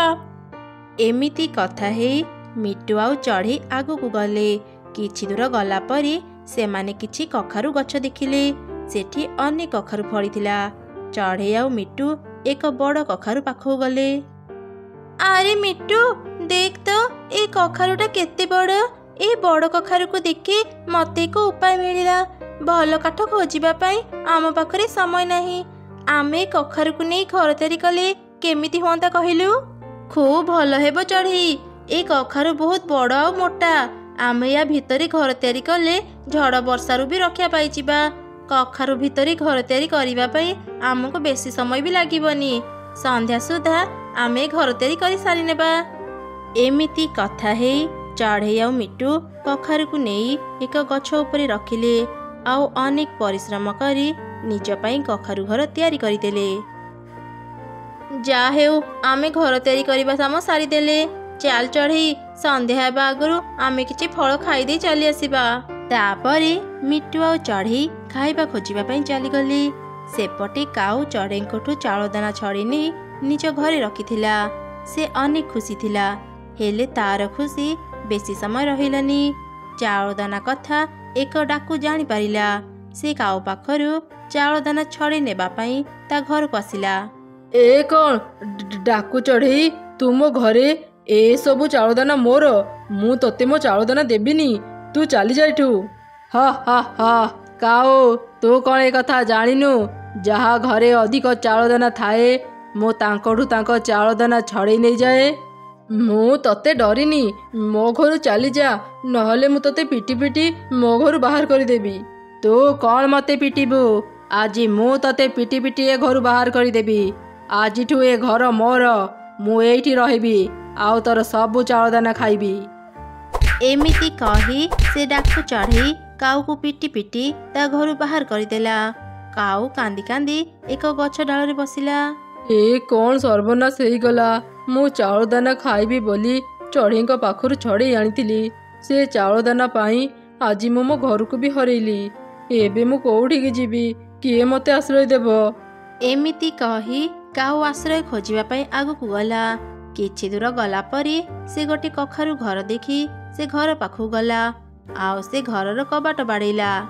किए अच भितरे? दया करी कबाट खोल। मु बड़ विपदरे पड़िची। मते टिके साहाय्य कर। ए कौन काऊ तू आम घर कबाट काहे बाड़ौचु? कौन दरकार तोर? तू काहे एठ कसिचु? चढ़ई मो घर को गोटे डाको कब्जा करी नेइची। से मते मो घर बाहर करदेला। मो पाखरे रहिबा पई घर नाही। आज राती मते तुम घरे आश्रय देइथाओ। आमे जेतेबेले तो पाखक आश्रय पई जाइथिलु तू कोन हमको साहाय्य करिथिलु? आमे भी तते साहाय्य करि परिबुनी। तू चली जा एठू। एमिति कही से माने घर भीतर को चली गले। आउ कबाट बंद करदेले। राति हेबा परी अनेक ठंडा लागिला। काऊ से ठंडारे थरिबाकु लागिला। से निज भूल बुझी पारि अनुताप करुथिला। अनेक दिन तळर कथा। दूर एक जंगल रे दुई अनाथ चढ़ई भौणी रहुथिले। सेमाने बेसी किछि काम जानि नथिले। जा फल रे बहुत कष्ट करी सेमाने निज पई खाइबा जगाड़ करुथिले। दिने जंगल रे भीषण वर्षा हैला। ता देखी मुन्नी देखी वर्षा सह केते जोरे पवन बहुची। आम जंगल बाहर जो आंब बगीचा अछि ए पवन रे କେତେ ପାଚିଲା ଆମ୍ବ ଗଛରୁ ଝଡ଼ି ପଡ଼ିଥିବ ନା। ହଁ ତୁ ଠିକ୍ କହିଲୁ। ଚାଲନା ଦିଦି, ଆମେ ଏବେ ହିଁ ସେ ଆମ୍ବ ବଗିଚାକୁ ଯିବା, ଆଉ କିଛି ପାଚିଲା ଆମ୍ବ ନେଇ ଆସିବା। ସକାଳ ହେଲେ ସମସ୍ତେ ସେଠି ଜମା ହେଇଯିବେ, ଆମେ ଗୋଟେ ବି ଆମ୍ବ ପାଇବାନି। ଆଚ୍ଛା ଠିକ୍ ଅଛି, ଚାଲ ଏବେ ଯିବା। ଏମିତି କଥା ହେଇ ସେ ଦୁଇ ଭଉଣୀ ସେଇ ଝଡ଼ ବର୍ଷା ରାତିରେ ଆମ୍ବ ବଗିଚାକୁ ଗଲେ। ସେ ଆମ୍ବ ବଗିଚାଟି ତାଙ୍କ ଘରଠାରୁ ଅନେକ ଦୂରରେ ଥିଲା। ଦୁଇ ଭଉଣୀ ଯେତେବେଳେ ସେ ଆମ୍ବ ବଗିଚା ପାଖରେ ପହଞ୍ଚିଲେ, ସେମାନେ ଦେଖିଲେ ତଳେ ଅନେକ ଗୁଡ଼ିଏ ପାଚିଲା ଆମ୍ବ ପଡ଼ିଛି। ମୁନି ଖୁସି ହେଇ କହିଲା, ଆମ୍ବ ଖାଇବି, ମୁଁ ଆମ୍ବ ଖାଇବି। କୋଉଟା ଛାଡ଼ି କୋଉଟା ଖାଇବି? ତଳେ ପଡ଼ିଥିବା ଆମ୍ବ ଖାଇବି ନା ଗଛ ଉପରେ ଥିବା ଆମ୍ବକୁ ଖାଇବି? କୋଉଟା ଯେ ଆଗ ଖାଇବି? ମୁନି ଯେଉଁ ଆମ୍ବ ଗଛ ତଳେ ଛିଡ଼ା ହେଇ ଏସବୁ କହୁଥିଲା, ସେତେବେଳେ ସେ ଆମ୍ବ ଗଛ ଉପରେ ଏକ ଛୋଟିଆ ଆମ୍ବଭୂତ ବସି ତା କଥା ଶୁଣୁଥିଲା। ଆରେ ବାପ୍ରେ, ଏଠାକୁ କୋଉ ରାକ୍ଷସୀ ଚାଲି ଆସିଛି? ସେ କ'ଣ ତଳ ଉପରେ ଥିବା ସବୁ ଆମ୍ବ ଖାଇବ କହୁଛି?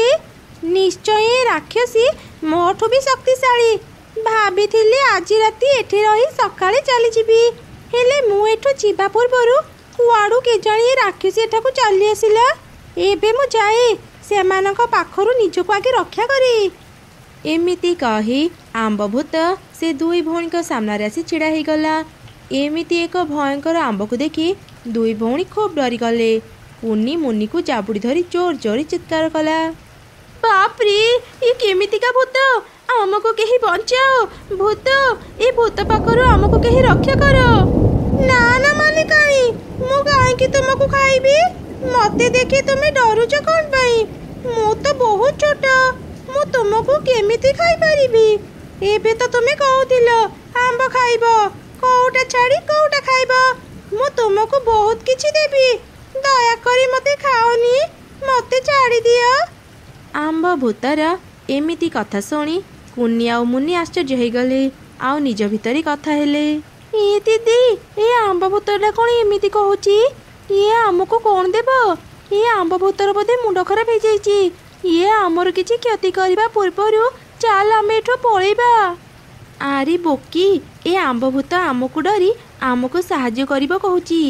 ଏମିତିରେ ତ ଆମେ ଠିକ୍ରେ ଖାଇବା ପାଆନ୍ତିନି। ଏଇଟା ଆମ ପାଇଁ ବଢ଼ିଆ ସୁଯୋଗ। ଚାଲ ଆମେ ଏ ଆମ୍ବ ଭୂତକୁ ଅନେକ ସାରା ଖାଇବା ମାଗିବା। ଠିକ୍ ଅଛି ଆମ୍ବ ଭୂତ, ତୁ ଯଦି ଆମକୁ କିଛି ଦେବାକୁ ଚାହୁଁଛୁ, ତେବେ ଏମିତି କିଛି ଦେ ଯେମିତି ଆମର ଆଉ ଖାଇବାର ଚିନ୍ତା ରହିବନି। ସବୁଦିନ ଆମେ ପେଟ ପୂରା ଖାଇବା ଖାଇପାରିବୁ। ତାଙ୍କ କଥା ଶୁଣି ଆମ୍ବଭୂତ ଯାଦୁ କରି ଦୁଇଟି ହାଣ୍ଡି ବାହାର କଲା, ଆଉ ସେ ଦୁଇ ହାଣ୍ଡି ଦୁଇ ଭଉଣୀକୁ ଦେଲା। ଏ ଦୁଇ ହାଣ୍ଡି ଯାଦୁର ହାଣ୍ଡି, ତୁମେ ଯେତେ ଥର ଏ ହାଣ୍ଡିକୁ ଖାଇବା ମାଗିବ ସେ ତମକୁ ଦେବ। ତାପରେ ଦୁଇ ଭଉଣୀ ଦୁଇ ହାଣ୍ଡି ନେଇ ସେଠାରୁ ଚାଲିଗଲେ। ସେମାନେ ଅନେକ ସମୟ ଧରି ବର୍ଷାରେ ଭିଜୁଥିଲେ। କିଛି ଦୂର ଯାଇଛନ୍ତି କି ନାହିଁ, ସେମାନେ ବହୁତ ଥକିଗଲେ। ମୁନି, ଏ ମୁନି, ମତେ ଭାରି ଥକା ଲାଗୁଛି ରେ ଭଉଣୀ। ମୁଁ ବୋଧେ ଆଗକୁ ଆଉ ଯାଇପାରିବିନି। ମୋର ବି ତ ସେଇ ଏକା ଅବସ୍ଥା ଦିଦି। ଏ ବର୍ଷାରେ ଭିଜିବା ଯୋଗୁଁ ଭାରି ଥଣ୍ଡା ଲାଗୁଛି। ଚାଲ ନା ଦିଦି, ବର୍ଷା ଛାଡ଼ିବା ଯାଏ କୋଉଠି ରହିଯିବା, ତାପରେ ଘରକୁ ଯିବା। ଏଇ ଆଗରେ କାଉର ଘର ଅଛି, ଚାଲ ତା ପାଖକୁ ଯିବା। ବର୍ଷା ଛାଡ଼ିବା ଯାଏ ତା ଘରେ ରହିବା। ଏମିତି କଥା ହେଇ ସେମାନେ କାଉର ଘରକୁ ଗଲେ, ଆଉ ତାର କବାଟ ବାଡ଼େଇଲେ। କାଉ ବିରକ୍ତ ହେଇ କବାଟ ଖୋଲିଲା। ତ ଆମ ଦି ଭଉଣୀଙ୍କର କିଛି କାମ ନାହିଁ କି? ଏ ଝଡ଼ ବର୍ଷା ରାତିରେ ମୋ ଘରକୁ କାହିଁକି ଆସିଛ? ଆରେ କାଉ, ଏ ବର୍ଷାରେ ଭିଜି ଭିଜି ଭାରି ଥଣ୍ଡା ଲାଗିଲାଣି, ଆଉ ଘରକୁ ଫେରିବାକୁ ସାହସ ହେଉନି। ବର୍ଷା ଛାଡ଼ିବା ଯାଏ ଆମକୁ ତ ଘରେ ଆଶ୍ରୟ ଦେଇଥା। ନା ନା, ମୁଁ ତମମାନଙ୍କୁ ମୋ ଘରେ ରଖିପାରିବିନି। ଯଦି ବି ରଖିବି, ମୋ ଘରେ କିଛି ଖାଇବା ନାହିଁ। ମୁଁ ତମମାନଙ୍କୁ କ'ଣ ଖାଇବା ଦେବି? ଖାଇବା କଥା ତ ଚିନ୍ତା କରନି, ଆମ ପାଖରେ ଦୁଇଟି ଯାଦୁର ହାଣ୍ଡି ଅଛି। ଆମେ ହାଣ୍ଡିକୁ ଯାହା ବି ଖାଇବା ମାଗିବୁ ସେ ଆମକୁ ଦେବ। ତୁ ଖାଲି ଆମକୁ ରହିବାକୁ ଦେ। ଏସବୁ କଥା ଶୁଣି କାଉ ମନରେ ଲୋଭ ଆସିଲା। ସେ ମନରେ ଚିନ୍ତା କଲା, ଏମାନେ ଏସବୁ କ'ଣ କହୁଛନ୍ତି? ଯାଦୁର ହାଣ୍ଡି? ସତରେ କ'ଣ ଏଇ ଯାଦୁର ହାଣ୍ଡିକୁ ଯାହା ବି ମାଗିବ ସେ ତା ଦେବ? ଆଜି ରାତିରେ ମୁଁ ଏସବୁ ପରୀକ୍ଷା କରିବି। ଆଗ ଏ ଦୁଇ ଭଉଣୀକୁ ମୋ ଘରେ ରଖେ। କ'ଣ ହେଲା କାଉ, କ'ଣ ଏତେ ଭାବୁଛୁ? ନା ନା, ସେ କିଛି ନୁହଁ। ତମମାନଙ୍କ ପାଖରେ ଯଦି ଖାଇବା ଅଛି, ତେବେ ଆଜି ରାତି ମୋ ଘରେ ରହିଯାଅ, ମୋର କିଛି ଆପତ୍ତି ନାହିଁ। କାଉର କଥା ଶୁଣି କୁନି ମୁନି ଘର ଭିତରକୁ ଗଲେ। ସେମାନେ ଏତେ ଥକି ଯାଇଥିଲେ ଯେ ଶୀଘ୍ର ହିଁ ଶୋଇପଡ଼ିଲେ। ସେମାନେ ଯେମିତି ଶୋଇପଡ଼ିଲେ କାଉ ସେଠାକୁ ଆସିଲା। ସତରେ କ'ଣ ଏ ହାଣ୍ଡି ଯାଦୁର? ମୁଁ ଏବେ ପରୀକ୍ଷା କରିନିଏ। ଏ ଯାଦୁର ହାଣ୍ଡି, ମୋତେ ଜିଲାପି ଦରକାର। ମୋତେ ହାଣ୍ଡି ଭର୍ତ୍ତି ଜିଲାପି ଦେ। ଏ କି ଚମତ୍କାର! ମୋ କଥା ସରୁ ସରୁ ମୋତେ ଖାଇବା ମିଳିଗଲା। ମୁଁ ଆଉ ଏ ହାଣ୍ଡି ଏମାନଙ୍କୁ ଦେବିନି। ମୋ ପାଖରେ ଏମିତି 2ଟି ହାଣ୍ଡି ଅଛି। ମୁଁ ସେ 2ଟା ସାଧାରଣ ହାଣ୍ଡି ଆଣି ଏମାନଙ୍କ ପାଖରେ ରଖିଦିଏ। ଏମିତି କହି କାଉ 2 ଯାଦୁର ହାଣ୍ଡି ନେଇଗଲା ଆଉ 2ଟି ସାଧାରଣ ହାଣ୍ଡି ଆଣି ସେଠି ରଖିଦେଲା। ପରଦିନ ସକାଳେ ବର୍ଷା ଛାଡ଼ିଗଲା। 2 ଭଉଣୀ ସେହି ସାଧାରଣ ହାଣ୍ଡି ନେଇ ଘରକୁ ଫେରି ଆସିଲେ। ସେମାନେ ସେ ହାଣ୍ଡିକୁ ଖାଇବା ମାଗିଲେ, ହେଲେ କିଛି ବି ଖାଇବା ପାଇଲେନି। ଏ କ'ଣ ମୁନି, ସେ ଆମ୍ବ ଭୂତ ଆମକୁ ଠକିଦେଲା। ଯାଦୁର ହାଣ୍ଡି କହି ସେ ଆମକୁ ସାଧାରଣ ହାଣ୍ଡି ଧରେଇଦେଲା। ଚାଲ ଏବେ ତା ପାଖକୁ ଯିବା। ଆଜି ତ ମୁଁ ତାକୁ ସତସତିକା ଖାଇଦେବି। ତାପରେ 2 ଭଉଣୀ ପୁଣି ଥରେ ସେଇ ଆମ୍ବ ବଗିଚା ପାଖକୁ ଗଲେ। ଆମ୍ବ ଭୂତ ସେମାନଙ୍କୁ ଦେଖି ତଳକୁ ଆସିଲା। ଆଜି ପୁଣି ତମେମାନେ କ'ଣ ପାଇଁ ଏଠାକୁ ଆସିଲ? ମୋତେ ଖାଇବାକୁ ଆସିନ ତ? ହଁ, ଆମେ ତତେ ଖାଇବାକୁ ଆସିଛୁ। ଏବେ ହିଁ ଆମେ ତତେ ଖାଇଦେବୁ। ତୁ ଆମକୁ ଠକିଛୁ। ତୁ ଯୋଉ ହାଣ୍ଡି ଆମକୁ ଦେଇଥିଲୁ, କାଇଁ ସେଥିରୁ ତ କିଛି ବି ଖାଇବା ବାହାରୁନି। ନା ନା ନା, ଏମିତି ହେଇପାରିବନି। ମୁଁ ସତସତିକା ଯାଦୁର ହାଣ୍ଡି ତମକୁ ଦେଇଥିଲି। ଆଚ୍ଛା କହିଲ, ଏ କଥା ତମେ ଆଉ କାହାକୁ କହିଥିଲ କି? ହଁ, କାଉକୁ କହିଥିଲୁ। ଗତ ରାତି ଆମେ ଥକି ଯିବାରୁ ତା ଘରେ ଆଶ୍ରୟ ନେଇଥିଲୁ ଆଉ ତାକୁ ହିଁ ଏକଥା କହିଥିଲୁ। ମୁଁ ଏବେ ସବୁ ବୁଝିଗଲି। ସେଇ ଦୁଷ୍ଟ କାଉ ତମମାନଙ୍କ ଯାଦୁର ହାଣ୍ଡି ନେଇଯାଇଛି ଆଉ ତା ବଦଳରେ ସେ ତମମାନଙ୍କୁ ସାଧାରଣ ହାଣ୍ଡି ଦେଇଦେଇଛି। ହେଲେ ଚିନ୍ତା କରନି, ମୁଁ ଆଜି ତମମାନଙ୍କୁ 2ଟି ଯାଦୁର ଲାଠି ଦେବି। ଏଇ ଲାଠି ଦ୍ୱାରା ତମେମାନେ ନିଜ ଯାଦୁର ହାଣ୍ଡି ଫେରି ପାଇବ। ଏ 2 ଲାଠି ତମର ସବୁ କଥା ମାନିବେ। ତାପରେ କୁନି ମୁନି ସେଇ ଯାଦୁର ଲାଠି ଧରି କାଉ ପାଖକୁ ଗଲେ। ଏ କାଉ, ଭଲରେ ଆମକୁ ଆମ ଯାଦୁର ହାଣ୍ଡି ଫେରେଇ ଦିଏ। ଆମେ ଜାଣିଛୁ ତୁ ହିଁ ଆମ ଯାଦୁର ହାଣ୍ଡି ନେଇଛୁ ନା। ଏସବୁ କ'ଣ ଓଲଟା ପାଲଟା କଥା କହୁଛ? ମୁଁ କାହିଁ ତମ ଯାଦୁର ହାଣ୍ଡି ନେବି? ଆଜି ସକାଳେ ତ ତମେମାନେ ନିଜ ହାଣ୍ଡି ନେଇ ଘରକୁ ଗଲ। ବୁଝିଗଲୁ, ତୁ ଏମିତି ଆମକୁ ଆମ ହାଣ୍ଡି ଦେବୁନି। ରହ, ଏବେ ତ କଥା ବୁଝୁଛୁ।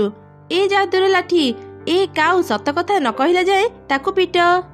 ତାପରେ 2 ଲାଠି କାଉକୁ ଅନେକ ପିଟିଲେ। କାଉ ଯନ୍ତ୍ରଣାରେ ଚିତ୍କାର କଲା। ମତେ ଆଉ ମାରନି। ଓଃ କି କଷ୍ଟ। ମୁଁ ଏବେ ତମମାନଙ୍କୁ ତମ ହାଣ୍ଡି ଫେରେଇ ଦେବି। ଦୟାକରି ମାଡ଼କୁ ବନ୍ଦ କର। ତାପରେ 2 ଲାଠି କାଉକୁ ଆଉ ପିଟିଲେନି। କାଉ ଦୌଡ଼ି ଯାଇ ଘର ଭିତରୁ ଯାଦୁର ହାଣ୍ଡି ଆଣି 2 ଭଉଣୀକୁ ଦେଇଦେଲା। କୁନି ମୁନି ଯାଦୁର ହାଣ୍ଡି ପାଇ ଖୁବ୍ ଖୁସି ହେଇଗଲେ ଆଉ ନିଜ ଘରକୁ ଫେରି ଆସିଲେ। ଏମିତି ସେମାନେ ପ୍ରତିଦିନ ପେଟ ପୂରା ଖାଇବା ଖାଇ ଖୁସିରେ ରହିଲେ।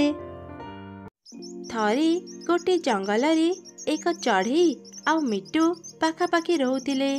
ସେ 2 ଜଣଙ୍କର ନିଜ ନିଜର ଏକ ଜମି ଥିଲା। ସେମାନେ ତାଙ୍କ ଜମିରେ କେବଳ ଲିଚୁ ଚାଷ କରିଥିଲେ। ଚଢ଼େଇ ଥିଲା ବହୁତ ପରିଶ୍ରମୀ। ସେ ପ୍ରତିଦିନ ତା ଗଛରେ ପାଣି ଦେଉଥିଲା ଆଉ ତାଙ୍କର ଯତ୍ନ ନେଉଥିଲା। ହେଲେ ମିଟୁ ଥିଲା ବହୁତ ଅଳସୁଆ। ସେ ତା ଗଛରେ ଜମା ବି ପାଣି ଦେଉନଥିଲା। ସେ ତା ଗଛର ଠିକ୍ରେ ଯତ୍ନ ନ ନେବା ଯୋଗୁଁ ତା ଫସଲ ବହୁତ କମ୍ ହେଉଥିଲା। ସେ ଚଢ଼େଇର ଭଲ ଫସଲ ଦେଖି ତାକୁ ମନେ ମନେ ବହୁତ ଈର୍ଷା କରୁଥିଲା। ଆରେ, ଏ ଚଢ଼େଇର ସବୁବେଳେ ମୋଠୁ ଅଧିକ ଫସଲ ହେଉଛି।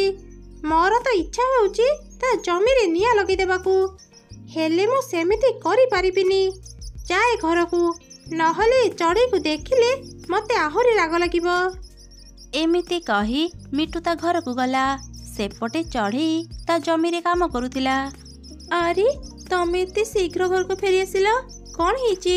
ତମେ ଏତେ ଚିନ୍ତାରେ ଥିଲା ଭଳି ଜଣାପଡ଼ୁଛ। ସେ ଚଢ଼େଇ ଥିବା ଯାଏ ମୁଁ କ'ଣ ଅଚିନ୍ତାରେ ରହିପାରିବି? ଓ, ଏବେ ବୁଝିଲି। ଏ ବର୍ଷ ବି ସେ ଚଢ଼େଇର ଫସଲ ତମଠୁ ଅଧିକ ହେଇଛି ନା?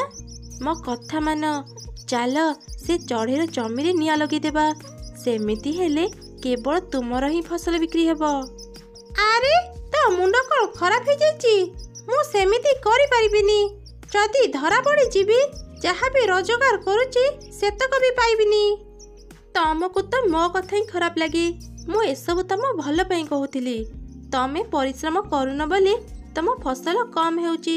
ସେ ଚଢ଼େଇଠୁ କିଛି ଶିଖ। ସେ ପରିଶ୍ରମ କରି ଚାଷ କରିବା ଯୋଗୁଁ ତାର କେତେ ଭଲ ଫସଲ ହେଉଛି। ତମ ଭଳି ଅଳସୁଆ ସାଙ୍ଗରେ ମୁଁ ଆଉ ରହିପାରିବିନି। ମୁଁ ଯାଉଛି, ତମର ଯାହା କରିବା କଥା କର। ଏମିତି କହି ମିଟୁର ସ୍ତ୍ରୀ ସେଠାରୁ ଚାଲିଗଲା। ପରଦିନ ମିଟୁ ତା ଜମିରେ ଥିଲା। ଚଢ଼େଇ ତା ପାଖକୁ ଆସିଲା। ଆରେ ଚଢ଼େଇ, ତୁ ଏଠି? ମୋ ପାଖରେ କିଛି କାମ ଥିଲା କି? ନା ନା ମିଟୁ, ସେମିତି କିଛି କାମ ନୁହଁ। ଏ ବର୍ଷ ତ ଫସଲ କେମିତି ହେଇଛି ଦେଖିବା ପାଇଁ ମୁଁ ଚାଲି ଆସିଲି। ଆରେ ଚଢ଼େଇ, ତତେ ଆଉ କ'ଣ କହିବି? ମୋ ଫସଲ ଜମା ବି ଭଲ ହେଇନି। ମୁଁ ବହୁତ ଚିନ୍ତାରେ ଅଛି, ଜାଣିପାରୁନି କ'ଣ କରିବି। ଆରେ ମିଟୁ, ସବୁବେଳେ ଘରେ ଶୋଇଲେ ଚାଷ କେମିତି ଭଲ ହେବ? ମୁଁ ଦେଖିଛି ତୁ ଜମା ବି ତ ଗଛ ଗୁଡ଼ିକର ଯତ୍ନ ନେଉନୁ। ତୁ ବି ପରିଶ୍ରମ କରି ଚାଷ କର, ଦେଖିବୁ ତୋର ବି ଭଲ ଫସଲ ହେବ। ଆରେ ଆରେ ଚଢ଼େଇ, ତୋ କହିବାର ମାନେ କ'ଣ? ମୁଁ କାମଚୋର? ତୁ ଆଜିକାଲି ବେଶୀ କଥା କହୁଛୁ। ତୋ କଥା ଶୁଣିଲେ ମୋତେ ବହୁତ ରାଗ ଲାଗୁଛି। ଚାଲିଯା ଏଠୁ। ମିଟୁର ଏପରି କଥା ଶୁଣି ଚଢ଼େଇ ତା ଜମିକୁ ଫେରି ଆସିଲା। ଆରେ ଏ ଚଢ଼େଇର ତ ସାହସ କମ୍ ନାହିଁ, ଚାଲି ଆସିଲା ମୋ କଟା ଘାରେ ଲୁଣ ଦେବା ପାଇଁ। କାଲି ମୋ ସ୍ତ୍ରୀ ମୋତେ କେତେ କଥା ଶୁଣେଇଲା, ସବୁ ଏ ଚଢ଼େଇ ପାଇଁ। ଏ ଚଢ଼େଇର କିଛି ବ୍ୟବସ୍ଥା କରିବାକୁ ପଡ଼ିବ। ମୋ ସ୍ତ୍ରୀ ଠିକ୍ କହୁଥିଲା, ମୁଁ ଏ ଚଢ଼େଇର ଜମିରେ ନିଆଁ ଲଗେଇଦେବି। ହେଲେ ଗୋଟେ ସମସ୍ୟା ଅଛି, ଏ ଚଢ଼େଇର ଜମି ମୋ ଜମି ପାଖରେ। ମୁଁ ଯଦି ଏ ଜମିରେ ନିଆଁ ଲଗେଇବି, ମୋ ଜମିକୁ ବି ନିଆଁ ଆସିପାରେ। ସେମିତି ହେଲେ ତ ମୋ ଫସଲରେ ବି ନିଆଁ ଲାଗିଯିବ। ନା ନା, ମୋତେ ଆଉ କିଛି କରିବାକୁ ପଡ଼ିବ। ଏ ମିଟୁକୁ ବୁଝେଇ କିଛି ଲାଭ ନାହିଁ। ମୁଁ ତ ତାକୁ ଭଲ କଥା କହୁଥିଲି। ସେ ପରିଶ୍ରମ ନ କଲେ ତା ଚାଷ କେମିତି ଭଲ ହେବ? ରାତି ହେବା ପରେ ଚଢ଼େଇ ତା ବସାକୁ ଫେରିଲା। ହେଲେ ମିଟୁ ତା ଘରକୁ ନ ଯାଇ ଚଢ଼େଇର ଜମିକୁ ଗଲା। ମୁଁ ଏ ଚଢ଼େଇର ସବୁ ଲିଚୁ ତୋଳି ମାଟିରେ ପୋତିଦେବି। ସେମିତି ହେଲେ କେବଳ ମୋର ହିଁ ଫସଲ ରହିବ। ଏମିତି ଚିନ୍ତା କରି ମିଟୁ ସବୁ ଲିଚୁ ତୋଳି ମାଟିରେ ପୋତିଦେଲା। ଏବେ ଦେଖିବି ସେ ଚଢ଼େଇ ତା ଫସଲ କେମିତି ପାଇବ। ପରଦିନ ସକାଳେ ଚଢ଼େଇ ତା ଜମିକୁ ଯାଇ ଦେଖିଲା ତା ଜମିରେ ଗୋଟେ ବି ଲିଚୁ ଫଳ ନଥିଲା। ଏମିତି ଦେଖି ତ ଚଢ଼େଇ ବହୁତ ଦୁଃଖୀ ହେଇଗଲା। ଆରେ ଏ କ'ଣ ହେଇଗଲା? ମୋର ସବୁ ଫସଲ କୁଆଡ଼େ ଗଲା? କିଏ ବୋଧେ ମୋର ସବୁ ଫସଲ ଚୋରି କରି ନେଇ ଯାଇଛି। ଏବେ ମୁଁ କ'ଣ କରିବି? ମୁଁ ତ କିଛି ବୁଝିପାରୁନି। ଏମିତି ଦୁଃଖୀ ହେଇ ଚଢ଼େଇ ତା ଘରକୁ ଫେରିଗଲା। ମିଟୁ ଏସବୁ ଦେଖି ବହୁତ ଖୁସି ହେଇଗଲା। ଆରେ ବାଃ, ଏ ଚଢ଼େଇକୁ ଏମିତି ଅବସ୍ଥାରେ ଦେଖି ମଜା ଆସିଗଲା। ଏବେ କେବଳ ମୋର ହିଁ ଫସଲ ଅଛି। ସବୁ ଚଢ଼େଇ ଏବେ ମୋଠୁ ହିଁ ଲିଚୁ କିଣିବେ। ମୋର ତ ଲାଭ ହିଁ ଲାଭ ହେବ। ଏମିତି କିଛି ଦିନ ବିତିଗଲା। ଦିନେ ଚଢ଼େଇ ଦେଖିଲା ମାଟି ଭିତରୁ ଗୋଟେ ବଡ଼ ଲିଚୁ ବାହାରିଛି। ଏତେ ବଡ଼ ଲିଚୁକୁ ଦେଖି ଚଢ଼େଇ ଖୁବ୍ ଆଶ୍ଚର୍ଯ୍ୟ ହେଇଗଲା। ଆରେ ଏତେ ବଡ଼ ଲିଚୁ ମୁଁ ଆଗରୁ ଦେଖିନଥିଲି। ମାଟି ଭିତରୁ ଏତେ ବଡ଼ ଲିଚୁ କେମିତି ବାହାରିଲା? ଏସବୁ ମୋ ଉପରେ ଭଗବାନଙ୍କ ଦୟା। ଏବେ ମୁଁ ଏ ଲିଚୁ ନେଇ ଏକ ନୂଆ ବ୍ୟବସାୟ ଆରମ୍ଭ କରିବି। ମୁଁ ସବୁ ଚଢ଼େଇଙ୍କୁ ଏ ଲିଚୁର ଜୁସ୍ ବନେଇ ପିଇବାକୁ ଦେବି। ସେମିତି ହେଲେ ତ ମୋ ରୋଜଗାର ବହୁତ ଭଲ ହେବ। ଏମିତି ଚିନ୍ତା କରି ଚଢ଼େଇ ତା ଘର ବାହାରେ ସେ ବଡ଼ ଲିଚୁର ଏକ ଜୁସ୍ ଦୋକାନ ଦେଲା। ସେ ବଡ଼ ଲିଚୁର କଥା ଜଙ୍ଗଲ ସାରା ପ୍ରଚାର ହେଇଗଲା। ଦୂର ଦୂରରୁ ଚଢ଼େଇମାନେ ସେ ବଡ଼ ଲିଚୁର ଜୁସ୍ ପିଇବା ପାଇଁ ଚଢ଼େଇ ପାଖକୁ ଆସୁଥିଲେ। ସମସ୍ତଙ୍କୁ ସେ ଲିଚୁର ଜୁସ୍ ବହୁତ ଭଲ ଲାଗୁଥିଲା। ଏମିତି ଧୀରେ ଧୀରେ ଚଢ଼େଇର ବହୁତ ଭଲ ରୋଜଗାର ହେଲା। ସେ ଜଙ୍ଗଲର ଗୋଟେ ଧନୀ ଚଢ଼େଇ ହେଇଗଲା। ସେପଟେ ମିଟୁ ଚଢ଼େଇର ସଫଳତା ଦେଖି ତାକୁ ବହୁତ ରାଗୁଥିଲା। ହେଲେ ସେ ଆଉ କିଛି କରିପାରିଲାନି। ତା ନିଜ ଜମିର ଯତ୍ନ ନ ନେବା ଯୋଗୁଁ ତାର ପୁରା ଫସଲ ନଷ୍ଟ ହେଇଗଲା। ମିଟୁ ନିଜ ଭୁଲ ବୁଝିପାରିଲା। ଆରେ ମୋର ତ ସବୁ ଫସଲ ନଷ୍ଟ ହେଇଗଲା। ମୁଁ ଚଢ଼େଇର ଏତେ ବଡ଼ କ୍ଷତି କଲି, ସେଥିପାଇଁ ଆଜି ମୋ ସହ ଏମିତି ହେଲା। ଏବେ ମୁଁ ବହୁତ ଗରିବ ହେଇଗଲି। ମୁଁ ମୋ ଭୁଲ ବୁଝିପାରୁଛି। ମୁଁ ସେ ଚଢ଼େଇକୁ କ୍ଷମା ମାଗିବି। ଏମିତି ଚିନ୍ତା କରି ମିଟୁ ଚଢ଼େଇ ପାଖକୁ ଗଲା ଆଉ ତାକୁ କ୍ଷମା ମାଗିଲା। ଆରେ ଚଢ଼େଇ, ମୋତେ କ୍ଷମା କରିଦେ। ମୁଁ ହିଁ ତୋର ସବୁ ଲିଚୁକୁ ତୋଳି ମାଟିରେ ପୋତି ଦେଇଥିଲି। ମୁଁ ତୋ ସହ ଖରାପ କଲି ବୋଲି ମୋର ସବୁ ଫସଲ ନଷ୍ଟ ହେଇଗଲା। ଆଜି ମୋ ପାଖରେ ଖାଇବାକୁ ବି କିଛି ନାହିଁ। ଚଢ଼େଇ ବହୁତ ଦୟାଳୁ ଥିଲା। ସେ ମିଟୁକୁ କ୍ଷମା କରିଦେଲା ଆଉ ତାକୁ ନିଜ ଦୋକାନରେ କାମ ବି ଦେଲା। ଏମିତି ସେମାନେ ମିଶି ଲିଚୁର ସରବତ ବିକ୍ରି କଲେ ଆଉ ତାଙ୍କର ଭଲ ରୋଜଗାର ବି ହେଲା।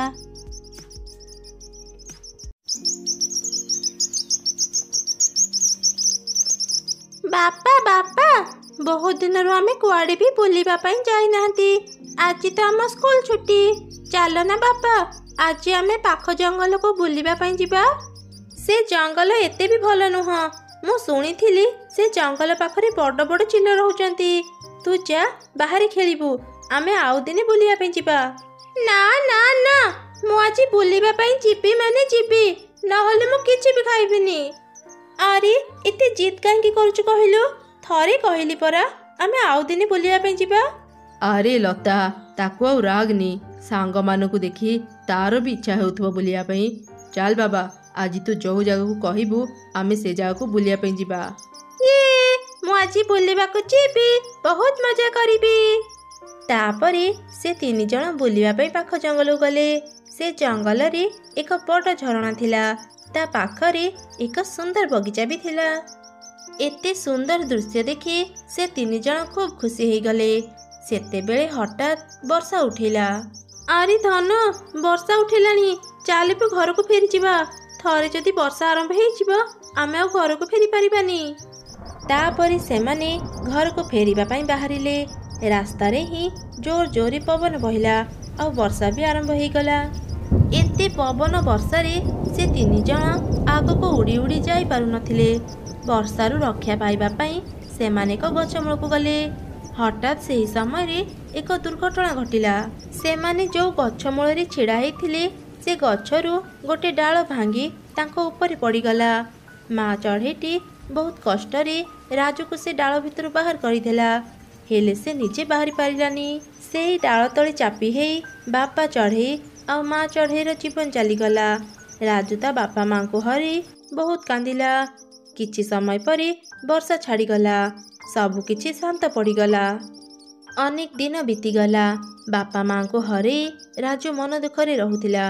ଦିନେ ରାଜୁର କାକା ତା ଘରକୁ ଆସିଲା। ସେ ଥିଲା ବହୁତ ଲୋଭୀ ଆଉ ସ୍ୱାର୍ଥପର। ରାଜୁର ବାପା ମାଙ୍କ ମୃତ୍ୟୁ ପରେ ସେ ତାଙ୍କ ସମ୍ପତ୍ତି ନେବା ପାଇଁ ସେଠାକୁ ଆସିଥିଲା। ଆରେ ରାଜୁ, ଆଜିଠୁ ଏଇ ଘର ମୋର। ତୁ ଏ ଘରେ ଆଉ ରହିପାରିବୁନି। ପାଖରେ ଯେଉଁ କୁଡ଼ିଆ ଘର ଅଛି, ଯା ତୁ ସେଠି ରହିବୁ। ହେଲେ କାକା, ଏ ଘର ମୋ ବାପା ମା ତିଆରି କରିଛନ୍ତି। ଏ ଘର ମୋ ବାପା ମାଙ୍କର ଶେଷ ସ୍ମୃତି। ମୁଁ ଏ ଘର ଛାଡ଼ି କୁଆଡ଼େ ବି ଯିବିନି।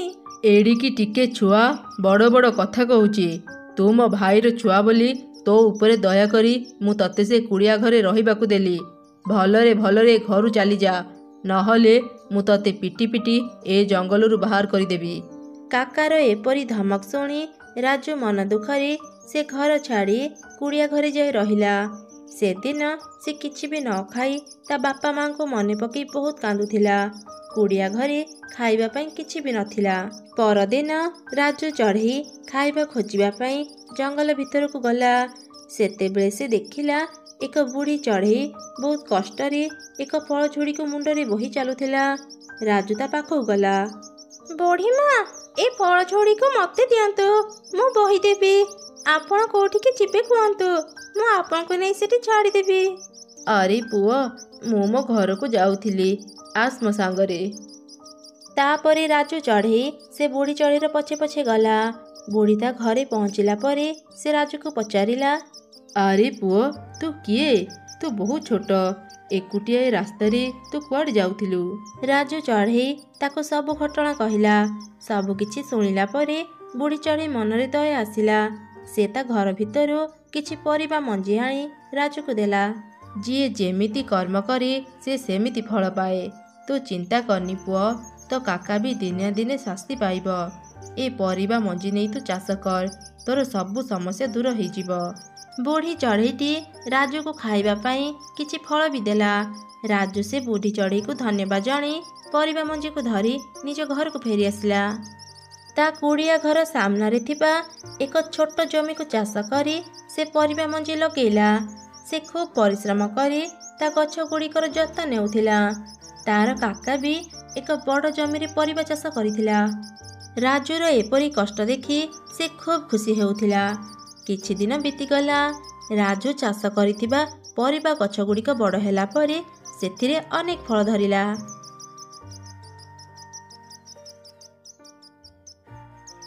ରାଜୁ କିଛି ପରିବା ତୋଳି ବଜାରକୁ ବିକ୍ରି କରିବା ପାଇଁ ନେଇଗଲା।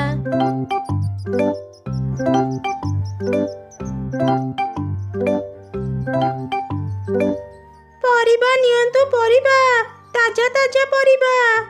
ରାଜୁର ପରିବା ତାଜା ଆଉ ସତେଜ ହେଇଥିବାରୁ ସବୁ ଚଢ଼େଇ ତା ପାଖରୁ ହିଁ ପରିବା କିଣିଲେ। ରାଜୁର କାକା ବି ତାର କିଛି ପରିବା ଧରି ବଜାରକୁ ଆସିଲା। ହେଲେ ତାର ପରିବା ସେତେଟା ଭଲ ହେଇନଥିଲା। କେହି ବି ତା ପାଖରୁ ପରିବା କିଣିଲେନି। ଏମିତି 2-3 ଦିନ ଚାଲିଲା। ରାଜୁ ଚଢ଼େଇର ଏପରି ଉନ୍ନତି ଦେଖି ତା କାକା ଈର୍ଷାରେ ଜଳିଗଲା। ଏ ରାଜୁ ପାଇଁ ମୋ ପାଖରୁ କେହି ବି ପରିବା କିଣୁନାହାନ୍ତି। ଆଜି ସନ୍ଧ୍ୟା ହେଉ, ମୁଁ ତା ଘରକୁ ଯିବି। ଏ ରାଜୁ, କାଲି ସକାଳେ ତୁ ଏ ଘର ଆଉ ଏ ଜାଗା ଛାଡ଼ି ଦୂରକୁ ଚାଲିଯା। ମୁଁ କୁଆଡ଼େ ଯିବି କାକା? ଏ ଘର ଛଡ଼ା ମୋ ପାଖରେ କିଛି ବି ନାହିଁ। ମୁଁ କୋଉଠି ରହିବି? ଖାଇବି କ'ଣ? ସେ କଥା ମୁଁ ଜାଣିନି। ମୁଁ ଏବେ ଯାଉଛି, ସକାଳେ ପୁଣି ଆସିବି। ତୁ ଯଦି ଏ ଘର ଛାଡ଼ି ଯାଇନଥିବୁ, ଧକ୍କା ଦେଇ ତତେ ଏ ଘରୁ ବାହାର କରିଦେବି। ଏମିତି କହି ରାଜୁର କାକା ସେଠାରୁ ଚାଲିଗଲା। ରାଜୁ ମନ ଦୁଃଖରେ ରାତି ସାରା ଶୋଇପାରିଲାନି। ସକାଳ ହେଇଗଲା। ସେ ଘର ଛାଡ଼ି ଯିବା ପୂର୍ବରୁ ପରିବା ଚାଷ ହେଇଥିବା ତା ଛୋଟ ଜମିକୁ ଗଲା। ବୁଢ଼ୀମା କହୁଥିଲେ ମୋର ସବୁ ସମସ୍ୟା ଦୂର ହେଇଯିବ। ହେଲେ ମୋ ସମସ୍ୟା ତ ବଢ଼ିଗଲା। ଆଜି ମୁଁ ଏ ଜାଗା ଛାଡ଼ି ଚାଲିଯିବି। ଜାଣିନି ଏବେ ମୋର କ'ଣ ହେବ। ରାଜୁର କଥା ସରୁ ସରୁ ସେଠି ଥିବା ବାଇଗଣ ଗଛର ଗୋଟେ ବାଇଗଣ ବଡ଼ ହେବାକୁ ଲାଗିଲା। ଧୀରେ ଧୀରେ ସେ ବହୁତ ବଡ଼ ହେଇଗଲା। ଭୟ କରନି ରାଜୁ, ମୁଁ ହେଉଛି ଯାଦୁର ବାଇଗଣ। ତୋ ବୁଢ଼ୀମା ପାଖରୁ ଯେଉଁ ମଞ୍ଜି ଆଣିଥିଲୁ ସେସବୁ ଯାଦୁର ମଞ୍ଜି। ତୁ ଜମା ବି ଚିନ୍ତା କରନି, ମୁଁ ତୋର ସବୁ ସମସ୍ୟା ଦୂର କରିଦେବି। ଠିକ୍ ସେହି ସମୟରେ ତାର କାକା ସେଠାକୁ ଆସିଲା। ଆରେ ରାଜୁ, ତୁ କ'ଣ ଏଯାଏଁ ଯାଇନୁ? ଶୀଘ୍ର ଘର ଛାଡ଼ି ଚାଲିଯା। ଆରେ ଏ କ'ଣ ଏତେ ବଡ଼ ଗୋଟେ ବାଇଗଣ? ମୁଁ ତ ଆଗରୁ ଏମିତି ବାଇଗଣ ଦେଖିନଥିଲି। ଏ ବାଇଗଣ ବିକିଲେ ମୋତେ ବହୁତ ଟଙ୍କା ମିଳିବ। ଏମିତି ଚିନ୍ତା କରି ରାଜୁର କାକା ଯେମିତି ବାଇଗଣ କାଟିବାକୁ ଚେଷ୍ଟା କଲା, ବାଇଗଣଟି ଉପରକୁ ଉଠିଗଲା। ରାଜୁର କାକା କିଛି ବୁଝିବା ପୂର୍ବରୁ ସେ ବାଇଗଣ ତାକୁ ପିଟିବା ଆରମ୍ଭ କଲା। ରାଜୁର କାକା ଭୟରେ ସେଠାରୁ ପଳେଇବାକୁ ଚେଷ୍ଟା କଲା। ହେଲେ ବାଇଗଣ ତାର ପଛା ଛାଡ଼ିଲାନି।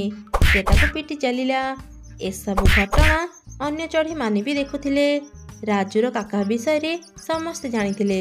ଏ ଦୁଷ୍ଟ ଚଢ଼େଇଟା ସେ ଛୋଟ ଛୁଆଟି ଉପରେ କେତେ ଅତ୍ୟାଚାର କରୁଥିଲା। ୟା ସହ ଯାହା ହେଇଛି ଭଲ ହେଇଛି। କେହି ବି ରାଜୁର କାକାକୁ ସାହାଯ୍ୟ କଲେ ନାହିଁ। ଶେଷରେ ସେ ଆଉ ଉପାୟ ନ ପାଇ ରାଜୁ ପାଖକୁ ଆସିଲା। ଆରେ ରାଜୁ, ମୋତେ ବଞ୍ଚା। ଏ ବାଇଗଣ ମୋତେ ମାରିଦେବ। ମୋର ଭୁଲ ହେଇଗଲା, ମୋତେ କ୍ଷମା କରିଦେ। ଯାଦୁର ବାଇଗଣ, ରୁହ ରୁହ, ଆଉ କାକାଙ୍କୁ ମାରନି। ରାଜୁ, ତୁ କହୁଛୁ ବୋଲି ମୁଁ ଆଜି ୟାକୁ ଛାଡ଼ି ଦେଉଛି। ହେଲେ ଆଉ ଦିନେ ଯଦି ଏ ତତେ ହଇରାଣ କରିବାକୁ ଚେଷ୍ଟା କରିବ, ମୁଁ ତାକୁ ଛାଡ଼ିବିନି। ନା ନା, ମୁଁ ଆଉ କେବେ ବି ରାଜୁକୁ ହଇରାଣ କରିବିନି। ମୁଁ ରାଜୁକୁ ତା ବାପା ମାର ସବୁ ସମ୍ପତ୍ତି ଫେରେଇ ଦେବି। ଏଇ ଜଙ୍ଗଲ ଛାଡ଼ି ବି ପଳେଇବି। ମୋତେ ଆଉ ମାରନି। ରାଜୁର କାକା ପାଖରୁ ଏମିତି ଶୁଣି ବାଇଗଣ ଅଟକିଗଲା। ସେ ତାକୁ ଆଉ ମାରିଲାନି। ରାଜୁର କାକା ସବୁ କିଛି ତାକୁ ଦେଇ ଜଙ୍ଗଲ ଛାଡ଼ି ଚାଲିଗଲା। ରାଜୁ ତାର ସବୁ କିଛି ଫେରି ପାଇ ଖୁବ୍ ଖୁସି ହେଇଗଲା। ସେବେଠାରୁ ସେ ଯାଦୁର ବାଇଗଣ ରାଜୁ ସହ ରହିଲା। ରାଜୁ ଯେତେବେଳେ ବି ତା ପରିବା ବିକ୍ରି କରିବା ପାଇଁ ବଜାରକୁ ଯାଉଥିଲା, ସେ ଯାଦୁର ବାଇଗଣଟି ଏକ ଗାଡ଼ିରେ ବଦଳି ଯାଉଥିଲା। ରାଜୁ ଚଢ଼େଇ ସେ ଗାଡ଼ିରେ କିଛି ପରିବା ରଖି ବଜାରକୁ ନେଇ ବିକ୍ରି କରୁଥିଲା। ସେ ସେଇ ବାଇଗଣ ଗାଡ଼ିରେ ବସି ସ୍କୁଲକୁ ବି ଯାଉଥିଲା। ତା ସାଙ୍ଗମାନଙ୍କୁ ବି ବାଇଗଣ ଗାଡ଼ିରେ ବସେଇ ସ୍କୁଲକୁ ନେଉଥିଲା। ସମସ୍ତେ ରାଜୁର ବହୁତ ପ୍ରଶଂସା କରୁଥିଲେ। ଏମିତି ରାଜୁ ଚଢ଼େଇ ସେ ଯାଦୁର ବାଇଗଣ ସହ ଖୁସିରେ ନିଜ ଜୀବନ ବିତେଇଲା। ଅନେକ ଦିନରୁ ମୁଁ ମାଛ ଭଜା ଖାଇନି। ଚାଲ ଆଜି ମୁଁ ପୋଖରୀରୁ ମାଛ ଧରିବି ଆଉ ମଜା କରି ମାଛ ଭଜା ଖାଇବି। ଏମିତି କହି ମିଟୁ ମାଛ ଧରିବା ପାଇଁ ପୋଖରୀ ପାଖକୁ ଗଲା। ସେତେବେଳେ କୁନି ସେଠାକୁ ଆସି ମିଟୁକୁ ପଛପଟୁ ଧକ୍କା ଦେଇ ପୋଖରୀ ଭିତରେ ପକାଇଦେଲା। ମିଟୁ ତାକୁ ଦେଖିବା ପୂର୍ବରୁ ସେ ଶୀଘ୍ର ଉଡ଼ି ସେଠାରୁ ଚାଲିଗଲା।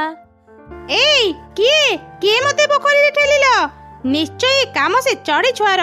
ଥରେ ମୁଁ ଏ ପୋଖରୀରୁ ବାହାରି ତା କଥା ବୁଝୁଛି। ଆରେ ମିଟୁ ଭାଇ, ତୁମେ କ'ଣ ନୂଆ ଷ୍ଟାଇଲରେ ମାଛ ଧରୁଛ? ପୋଖରୀ ଭିତରକୁ ଯାଇ ବଂଶୀରେ ମାଛ ଧରିବା ଆଜି ମୁଁ ନୂଆ ଦେଖୁଛି। କାହିଁ ଦେଖି ତୁମେ କେତେଟା ମାଛ ଧରିଲଣି? ତୋ ଝିଅ ପାଇଁ ଆଜି ମୋର ଏଇ ଅବସ୍ଥା, ଆଉ ତୁ ଆସି ମୋର ମଜା ଉଡୁଛୁ? ଶୁଣ ଚଢ଼େଇ, ଆଉ ଦିନେ ଯଦି ତୋ ଝିଅ ମୋ ସହ ଲାଗିବ, ମୁଁ ତାକୁ ଉଚିତ ଶିକ୍ଷା ଦେଇ ଛାଡ଼ିବି। ତୁମେ କ'ଣ କହୁଛ ମିଟୁ ଭାଇ? ଏ ସବୁ ମୋ ଝିଅର କାମ। ମତେ କ୍ଷମା କରିଦିଅ, ମୁଁ ନ ଜାଣି ତୁମ ସହ ଥଟ୍ଟା କରୁଥିଲି। ମତେ ଟିକେ ଭଲ କି କହିଲ, ମୋ ଝିଅ ତୁମ ସହ କ'ଣ କରିଛି? ମିଟୁ ଚଢ଼େଇକୁ ସବୁ ଘଟଣା କହିଲା। ଝିଅ ଏପରି କରିଛି ଜାଣି ମା ଚଢ଼େଇ ଖୁବ୍ ରାଗିଗଲା। ସେ ଶୀଘ୍ର ତା ଘରକୁ ଆସିଲା। କୁନି, ଏ କୁନି, କୁଆଡ଼େ ଗଲୁ? ଶୀଘ୍ର ବାହାରକୁ ଆସେ। କ'ଣ ହେଲା ମା? ମତେ ଏମିତି କାହିଁକି ଡାକୁଛ? ତୁ କ'ଣ ପାଇଁ ମିଟୁ ଭାଇଙ୍କୁ ଧକ୍କା ଦେଇ ପୋଖରୀରେ ପକେଇଦେଲୁ? ମୁଁ ତତେ କେତେ ଥର ମନା କରିବି ଚଢ଼େଇ ମାନଙ୍କର କ୍ଷତି କରିବୁନି, ହେଲେ ତୁ ମୋର କିଛି କଥା ଶୁଣୁନୁ। ତୋ ପାଇଁ ଚଢ଼େଇ ମାନେ ମତେ କେତେ କଥା କହୁଛନ୍ତି ଜାଣିଛୁ? ଶୁଣ, ଆଉ ଦିନେ ଯଦି କାହାର କ୍ଷତି କରିବୁ, ପିଟି ପିଟି ତ ପିଠିର ଚମଡ଼ା ଉତାରି ଦେବି। ମା, ମତେ ଆଉ ରାଗନି। ମିଟୁ ଅଙ୍କଲ କ'ଣ ଦେଖିଥିଲେ ମୁଁ ତାଙ୍କୁ ଧକ୍କା ଦେଇ ପୋଖରୀରେ ପକେଇଛି? ନା, ସେ ଦେଖିନି। ହେଲେ ତୋ ଭଳି ଦୁଷ୍ଟ ଆଉ କେହି ଏ ଜଙ୍ଗଲରେ ନାହାନ୍ତି। ତୁ ତାକୁ ଧକ୍କା ମାରି ପୋଖରୀ ପକେଇଛୁ, ସେ ମତେ କହିଲା। ମା, ବିନା ପ୍ରମାଣରେ ମତେ ଦୋଷ ଦିଅନି। ବାହାରେ କିଏ ମୋ ନାଁରେ କହିଲା ବୋଲି ଘରେ ଆସି ମତେ ରାଗିବନି। ମୁଁ ଏବେ ବହୁତ ଭଲ ହେଇଯାଇଛି, ଆଉ କାହା ସହ ବି ଲାଗୁନି। ମତେ ଭାରି ଭୋକ ଲାଗିଲାଣି ମା, ଖାଇବାକୁ ଦିଅ। ହଁ, ତା ବି ତ ଠିକ କଥା। ଆଉ କିଏ ବି ମିଟୁ ଭାଇଙ୍କୁ ଧକ୍କା ଦେଇପାରେ। ବିନା ପ୍ରମାଣରେ ମୁଁ ତତେ ରାଗିବା ଠିକ ନୁହଁ। ହେଲେ ଶୁଣ ମା, ତୁ କେବେ କାହାର କ୍ଷତି କରିବୁନି। ଅନ୍ୟର କ୍ଷତି କଲେ ନିଜର ହିଁ କ୍ଷତି ହୁଏ। ଚାଲ, ମୁଁ ତତେ ଖାଇବା ବାଢ଼ି ଦେବି। ତାପରେ ମା ଚଢ଼େଇ ତା ଝିଅକୁ ନେଇ ଘର ଭିତରକୁ ଗଲା। ଏମିତି ସେଦିନ ବିତିଗଲା। ପରଦିନ ସକାଳେ ଚଢ଼େଇ ଛୁଆ ପୁଣି ଜଙ୍ଗଲ ଭିତରକୁ ଗଲା। ମା କହିଲେ କାହାର ବି କ୍ଷତି କରିବୁନି। କାହାର କ୍ଷତି ନ କଲେ ମତେ ଜମା ଭଲ ଲାଗେନି। ମାଙ୍କୁ ବୋକା ବନେଇବା ଭାରି ସହଜ। ମୁଁ ଯାଏ ଗୋଟେ ଚଢ଼େଇ ଦେଖି ତା ସହ ମଜା ନିଏ, ତାପରେ ଶୀଘ୍ର ଘରକୁ ଚାଲିଯିବି। ମା ଏକଥା ଜାଣିପାରିବେନି। ଆରେ ଏଇ ତ ଆଗରେ ମିନୁ ଆଣ୍ଟି ପାଣି ମାଠିଆ ନେଇ ଘରକୁ ଯାଉଛନ୍ତି। ମୁଁ ତାଙ୍କ ମାଠିଆ କଣା କରିଦିଏ। ତାଙ୍କୁ ହଇରାଣ କଲେ ମତେ ଭାରି ମଜା ଲାଗିବ। ଏମିତି କହି ଚଢ଼େଇ ଛୁଆ ଗୋଟେ ଛୋଟ ପଥର ମାଠିଆ ଉପରକୁ ଫିଙ୍ଗିଲା। ମାଠିଆଟି କଣ ହେଇଗଲା। କୁନି ଶୀଘ୍ର ଉଡ଼ି ସେଠୁ ଚାଲିଗଲା। ଆରେ ଆରେ, ଏ ବଦମା ଚଢ଼େଇ କ'ଣ କଲା? ମୋ ନୂଆ ମାଠିଆକୁ କଣା କରିଦେଲା। ଏତେ ଶୀଘ୍ର ମୁଁ ପୁଣି ନୂଆ ମାଠିଆ କେମିତି କିଣିବି? ବଦମାସ ଛୁଆ, ମତେ ଆଜି ଏତେ ହଇରାଣ କଲୁ। ଦିନେ ଦିନେ ତୁ ଏମିତି ଶାସ୍ତି ପାଇବୁ, ସାରା ଜୀବନ ମନେ ରଖିବୁ। ମିନୁ କାନ୍ଦି କାନ୍ଦି ସେଠାରୁ ଚାଲିଗଲା। ଦିନେ କୁନି କଦଳୀ ଗଛରେ ବସି କଦଳୀ ଖାଉଥିଲା। ସେତେବେଳେ ହଠାତ୍ ତାର ନଜର ଗୋଟେ ମାଙ୍କଡ଼ ଉପରେ ପଡ଼ିଲା। ମାଙ୍କଡ଼ ବି ସେଠି ବସି କଦଳୀ ଖାଉଥିଲା। ଆରେ ଆରେ, ଗୋଟେ ମାଙ୍କଡ଼ ଏଠି କଦଳୀ ଖାଉଛି। ଚାଲ ତା ଉପରକୁ ଏ କଦଳୀ ଫିଙ୍ଗି ମଜା ନିଏ। ଏମିତି କହି କୁନି ମାଙ୍କଡ଼ ଉପରକୁ କଦଳୀ ଫିଙ୍ଗିଲା। ସେତେବେଳେ ମାଙ୍କଡ଼ ଆଉ ଏକ ଗଛକୁ ଚାଲିଗଲା। କଦଳୀ ତା ଦେହରେ ନ ବାଜି ଗଛ ତଳେ ବସି ଧ୍ୟାନ କରୁଥିବା ଏକ ତାନ୍ତ୍ରିକ ଚଢ଼େଇର ମୁଣ୍ଡରେ ବାଜିଲା। ତାନ୍ତ୍ରିକର ଧ୍ୟାନ ଭାଙ୍ଗିଗଲା। ଏଇ କିଏ କିଏ ମୋ ମୁଣ୍ଡକୁ କଦଳୀ ଫିଙ୍ଗିଲ? ଶୀଘ୍ର ମୋ ସାମ୍ନାକୁ ଆସେ, ନହେଲେ ମୁଁ ତତେ ଜମା ବି ଛାଡ଼ିବିନି। ଧେତ୍, ଏ କଦଳୀଟା ମାଙ୍କଡ଼ ଉପରେ ନ ବାଜି ତାନ୍ତ୍ରିକର ମୁଣ୍ଡରେ ବାଜିଲା। ଏବେ ମତେ ତାନ୍ତ୍ରିକ ଛାଡ଼ିବନି। ସେ ମତେ ଯାଦୁରେ ବନ୍ଦୀ କରିଦେବ। ମୁଁ ଯାଏ ଶୀଘ୍ର ତାକୁ କ୍ଷମା ମାଗେ। ତାନ୍ତ୍ରିକ ମା, ମତେ କ୍ଷମା କରିଦିଅ। ମୁଁ ଜାଣି ଶୁଣି ତୁମ ଉପରକୁ କଦଳୀ ଫିଙ୍ଗି ନଥିଲି। ମୁଁ ମାଙ୍କଡ଼ ଉପରକୁ କଦଳୀ ଫିଙ୍ଗୁଥିଲି, ହେଲେ ଭୁଲ ତୁମ ମୁଣ୍ଡରେ ବାଜିଗଲା। ତୁ ମାଙ୍କଡ଼ ଉପରକୁ କାହିଁକି କଦଳୀ ଫିଙ୍ଗୁଥିଲୁ? ତତେ ଦେଖିକି ହିଁ ମୁଁ ଜାଣିଗଲି ତୁ ବହୁତ ଦୁଷ୍ଟ ଛୁଆ। ମୁଁ ତାନ୍ତ୍ରିକ ବୋଲି ତୁ ମତେ କ୍ଷମା ମାଗୁଛୁ, ଅନ୍ୟ ପକ୍ଷୀମାନଙ୍କୁ ତ କ୍ଷମା ମାଗିନୁ। ତୋ ମନରେ ଡର ଭୟ ନାହିଁ ବୋଲି ତୁ କାହାକୁ ବି ଖାତିର କରୁନୁ। ଆଜି ମୁଁ ତତେ ଏମିତି ଶିକ୍ଷା ଦେବି, ଅନ୍ୟର କ୍ଷତି କରିବା ତ ଦୂରର କଥା, ନିଜ ଜୀବନ ବଞ୍ଚାଇବା ପାଇଁ ଅନ୍ୟ ପକ୍ଷୀମାନଙ୍କ ପାଖରେ ତୁ ବିକଳ ହେଇ କାନ୍ଦିବୁ। ଏମିତି କହି ତାନ୍ତ୍ରିକ କୁନି ଚଢ଼େଇକୁ ଏକ କଦଳୀ କରିଦେଲା। ତାନ୍ତ୍ରିକ ମା, ମୋର ଭୁଲ ହେଇଗଲା। ମତେ କ୍ଷମା କରିଦିଅ। ମତେ କଦଳୀ କରି ଚାଲି ଯାଉନି। ମତେ ଭାରି ଡର ଲାଗୁଛି। ବଞ୍ଚାଅ, ମତେ ମୁକ୍ତ କର ତାନ୍ତ୍ରିକ ମା।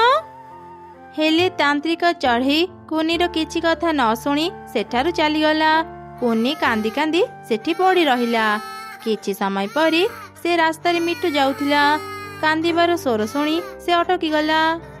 ଆରେ ଆରେ, ଏଠି କିଏ କାନ୍ଦୁଛି? ମୁଁ ତ କାହାକୁ ବି ଦେଖିବାକୁ ପାଉନି। ମିଟୁ ଅଙ୍କଲ, ତଳକୁ ଦେଖ, ମୁଁ କୁନି। ତଳେ ଯୋଉ ବଡ଼ କଦଳୀ ଅଛି, ମୁଁ କଦଳୀ ହେଇଯାଇଛି। କଣ ହେଲା? ତୁ କୁନି, ହେଲେ ତତେ କଦଳୀ କିଏ କଲା? ତାପରେ କୁନି ମିଟୁକୁ ସବୁ ଘଟଣା କହିଲା। ତାନ୍ତ୍ରିକ ତତେ ଯୋଉ ଶାସ୍ତି ଦେଇଛି ଭଲ ଦେଇଛି। ତୁ ଭାରି ଦୁଷ୍ଟ, ତତେ ଏମିତି ହିଁ ଶିକ୍ଷା ଦରକାର। ଆରେ ତୁମେ ଆସିଗଲ। ଏତେ ବଡ଼ କଦଳୀ ତୁମେ କୋଉଠି ପାଇଲ? ଭଲ ହେଲା ଏ କଦଳୀ ଆଣିଲ। ଆଜି ଘରେ କିଛି ବି ଖାଇବା ନଥିଲା। ଚାଲ ଶୀଘ୍ର ଏ କଦଳୀକୁ ଖାଇନେବା। ହଁ, ତୁ ଠିକ କହିଲୁ। ସେଥିପାଇଁ ମୁଁ ଏ ବଡ଼ କଦଳୀକୁ ଆଣିଛି। ଯା ଶୀଘ୍ର ଗୋଟେ ଛୁରୀ ନେଇ ଆସିବୁ, ୟାକୁ ଭାଗ କରି ଖାଇବା। ନା ନା, ମତେ ଖାଅନି। ତୁମେ ମତେ ଖାଇଲେ ମୁଁ ମରିଯିବି। ମିଟୁ ଅଙ୍କଲ, ମିଟୁ ଆଣ୍ଟି, ମତେ ଦୟାକରି ଛାଡ଼ି ଦିଅ। କଥା କଣ? ଏ କଦଳୀଟା କଥା କେମିତି କହୁଛି? ମତେ ସବୁ କଥା କୁହ। ତାପରେ ମିଟୁ ତା ସ୍ତ୍ରୀକୁ ସବୁ ଘଟଣା କହିଲା। ଝିଅଟା ଅନେକ କଷ୍ଟ ପାଇଲାଣି, ଆଉ ତାକୁ କଷ୍ଟ ଦେଇ ଲାଭ ନାହିଁ। ସେ ନିଜ ଭୁଲ ବୁଝି ସାରିଲାଣି। ଯାଅ ଯାଅ, ଚଢ଼େଇକୁ ତା ଝିଅ ଫେରେଇ ଦିଅ। ସେ ଯେମିତି ହେଲେ ବି ତା ଝିଅକୁ ଭଲ କରିକି ରହିବ। ନା, ଏତେ ସହଜରେ ମୁଁ ୟାକୁ ଛାଡ଼ିବିନି। ମୁଁ ୟାକୁ ଶାସ୍ତି ଦେଇକି ରହିବି। ଶୁଣ କୁନି, ମୁଁ ତତେ ମାରିବିନି। ହେଲେ ହଁ, ତୁ ମୋ ଘରର ସବୁ କାମ କରିବୁ, ନହେଲେ ମୁଁ ତତେ ଖାଇଦେବି, ବୁଝିଲୁ? ମୁଁ କଦଳୀ ହେଇ ଘର କାମ କେମିତି କରିବି ଅଙ୍କଲ? ଏତେ ବଡ଼ ଶାସ୍ତି ମତେ ଦିଅନି। କଣ ପାଇଁ କରିପାରିବୁନି? ମୁଁ ତତେ ଯାହା କହିଲି ତତେ କରିବାକୁ ହିଁ ପଡ଼ିବ। କୁନି ଅନେକ କଷ୍ଟରେ ମିଟୁ ଘରର ସବୁ କାମ କରୁଥିଲା। ସେପଟେ ମା ଚଢ଼େଇ ତା ଝିଅକୁ ନ ପାଇ ଅନେକ ଚିନ୍ତାରେ ଥିଲା। ସେ ଜଙ୍ଗଲରେ ବୁଲି ବୁଲି ତା ଝିଅକୁ ଖୋଜୁଥିଲା। ସେତେବେଳେ ମିଟୁ ସ୍ତ୍ରୀ ତାକୁ ଦେଖିଲା। ଏଇ ତ ଆଗରେ ଚଢ଼େଇ ଯାଉଛି। ସେ ନିଶ୍ଚୟ ତା ଝିଅକୁ ଖୋଜୁଥିବ। ଛୁଆଟା ଖରାପ ହେଲେ ବି ତା ମା ଭାରି ଭଲ। ସେ ଅନେକ ସମୟରେ ମତେ ସାହାଯ୍ୟ କରିଛି। ଆଜି ତା ଝିଅର ବିପଦ ସମୟରେ ମୁଁ ତାକୁ କେମିତି ସାହାଯ୍ୟ କରିବିନି? ଏବେ ମୋ ସ୍ୱାମୀ ଶୋଇଛନ୍ତି। ଏଇ ସୁଯୋଗରେ ମୁଁ ଚଢ଼େଇକୁ ତା ଝିଅ ଫେରେଇ ଦିଏ। ଆରେ ଚଢ଼େଇ, ରହ ରହ, ମୋ କଥା ଟିକେ ଶୁଣିଯା। ମିଟୁ ଭଉଣୀ, କଥା ହେବା ପାଇଁ ଏବେ ମୋ ପାଖରେ ସମୟ ନାହିଁ। ମୁଁ ମୋ ଝିଅକୁ ଖୋଜୁଛି। ଜଙ୍ଗଲ ସାରା ବୁଲି ସାରିଲିଣି, ହେଲେ ମୋ ଝିଅକୁ ପାଉନି। ତୋ ଝିଅ ମୋ ପାଖରେ ଅଛି। ତାକୁ ତୁ କୋଉଠୁ ପାଇବୁ? ଏଇ ତ ଝିଅ। ଏମିତି ମିଟୁର ସ୍ତ୍ରୀ ମା ଚଢ଼େଇକୁ ସବୁ ଘଟଣା କହିଲା। ମା, ମତେ କ୍ଷମା କରିଦିଅ। ମୁଁ କେବେ ବି ଏମିତି ଭୁଲ କରିବିନି। ମୁଁ ମୋ ଭୁଲର ଶାସ୍ତି ପାଇଯାଇଛି। ଏମିତି ଭୁଲ ଆଉ କେବେ କରିବୁନି, ନହେଲେ ୟାଠୁ ବି ବଡ଼ ଶାସ୍ତି ପାଇବୁ। ମୁଁ ସେ ତାନ୍ତ୍ରିକ ମାଙ୍କୁ ଜାଣିଛି। ଚାଲେ ଆମେ ଶୀଘ୍ର ତାଙ୍କ ପାଖକୁ ଯିବା। ମିଟୁ ଭଉଣୀ, ମୋ ଝିଅକୁ ମତେ ଦେଇଥିବାରୁ ତୁମକୁ ଅନେକ ଅନେକ ଧନ୍ୟବାଦ। ତାପରେ ମା ଚଢ଼େଇ ତା ଝିଅକୁ ଧରି ଶୀଘ୍ର ତାନ୍ତ୍ରିକ ଚଢ଼େଇ ପାଖକୁ ଗଲା ଆଉ ତାକୁ ସାହାଯ୍ୟ ମାଗିଲା। ନା, ମୁଁ ଏ ଛୁଆକୁ କେବେ ବି ସାହାଯ୍ୟ କରିବିନି। ମୁଁ ତାକୁ ତା ଭୁଲର ଶାସ୍ତି ଦେଇଛି। ତାନ୍ତ୍ରିକ ମା, ଏଇ ଥରକ ମୋ ଝିଅକୁ କ୍ଷମା କରିଦିଅନ୍ତୁ। ସେ ନିଜ ଭୁଲ ବୁଝି ସାରିଲାଣି। ସେ ଆଉ କେବେ ବି ଏମିତି ଦୁଷ୍ଟ ହେବନି। ମୋ ଉପରେ ଦୟା କରନ୍ତୁ। ମୋ ଝିଅର କିଛି ହେଇଗଲେ ମୁଁ ବଞ୍ଚି ପାରିବିନି। ଆଚ୍ଛା ଆଚ୍ଛା, ତୁ ଆଉ କାନ୍ଦିନି। ମୁଁ ତୋ ପାଇଁ ଆଜି ତ ଝିଅକୁ ଛାଡ଼ି ଦଉଛି। ୟା ପରେ ଯଦି ସେ କାହାର ବି କ୍ଷତି କରିବ, ମୁଁ ତାକୁ କଠିନ ଶାସ୍ତି ଦେବି। ଏମିତି କହି ତାନ୍ତ୍ରିକ କୁନିକୁ କଦଳୀରୁ ଚଢ଼େଇ କରିଦେଲା। ମା ଚଢ଼େଇ ଖୁସି ହେଇ ତା ଝିଅକୁ ଧରି ଘରକୁ ଫେରିଲା। ସେଦିନ ପରଠାରୁ କୁନି ଆଉ କାହାର ବି କ୍ଷତି କଲା ନାହିଁ। ସମସ୍ତଙ୍କ ସହ ମିଳିମିଶି ରହିଲା।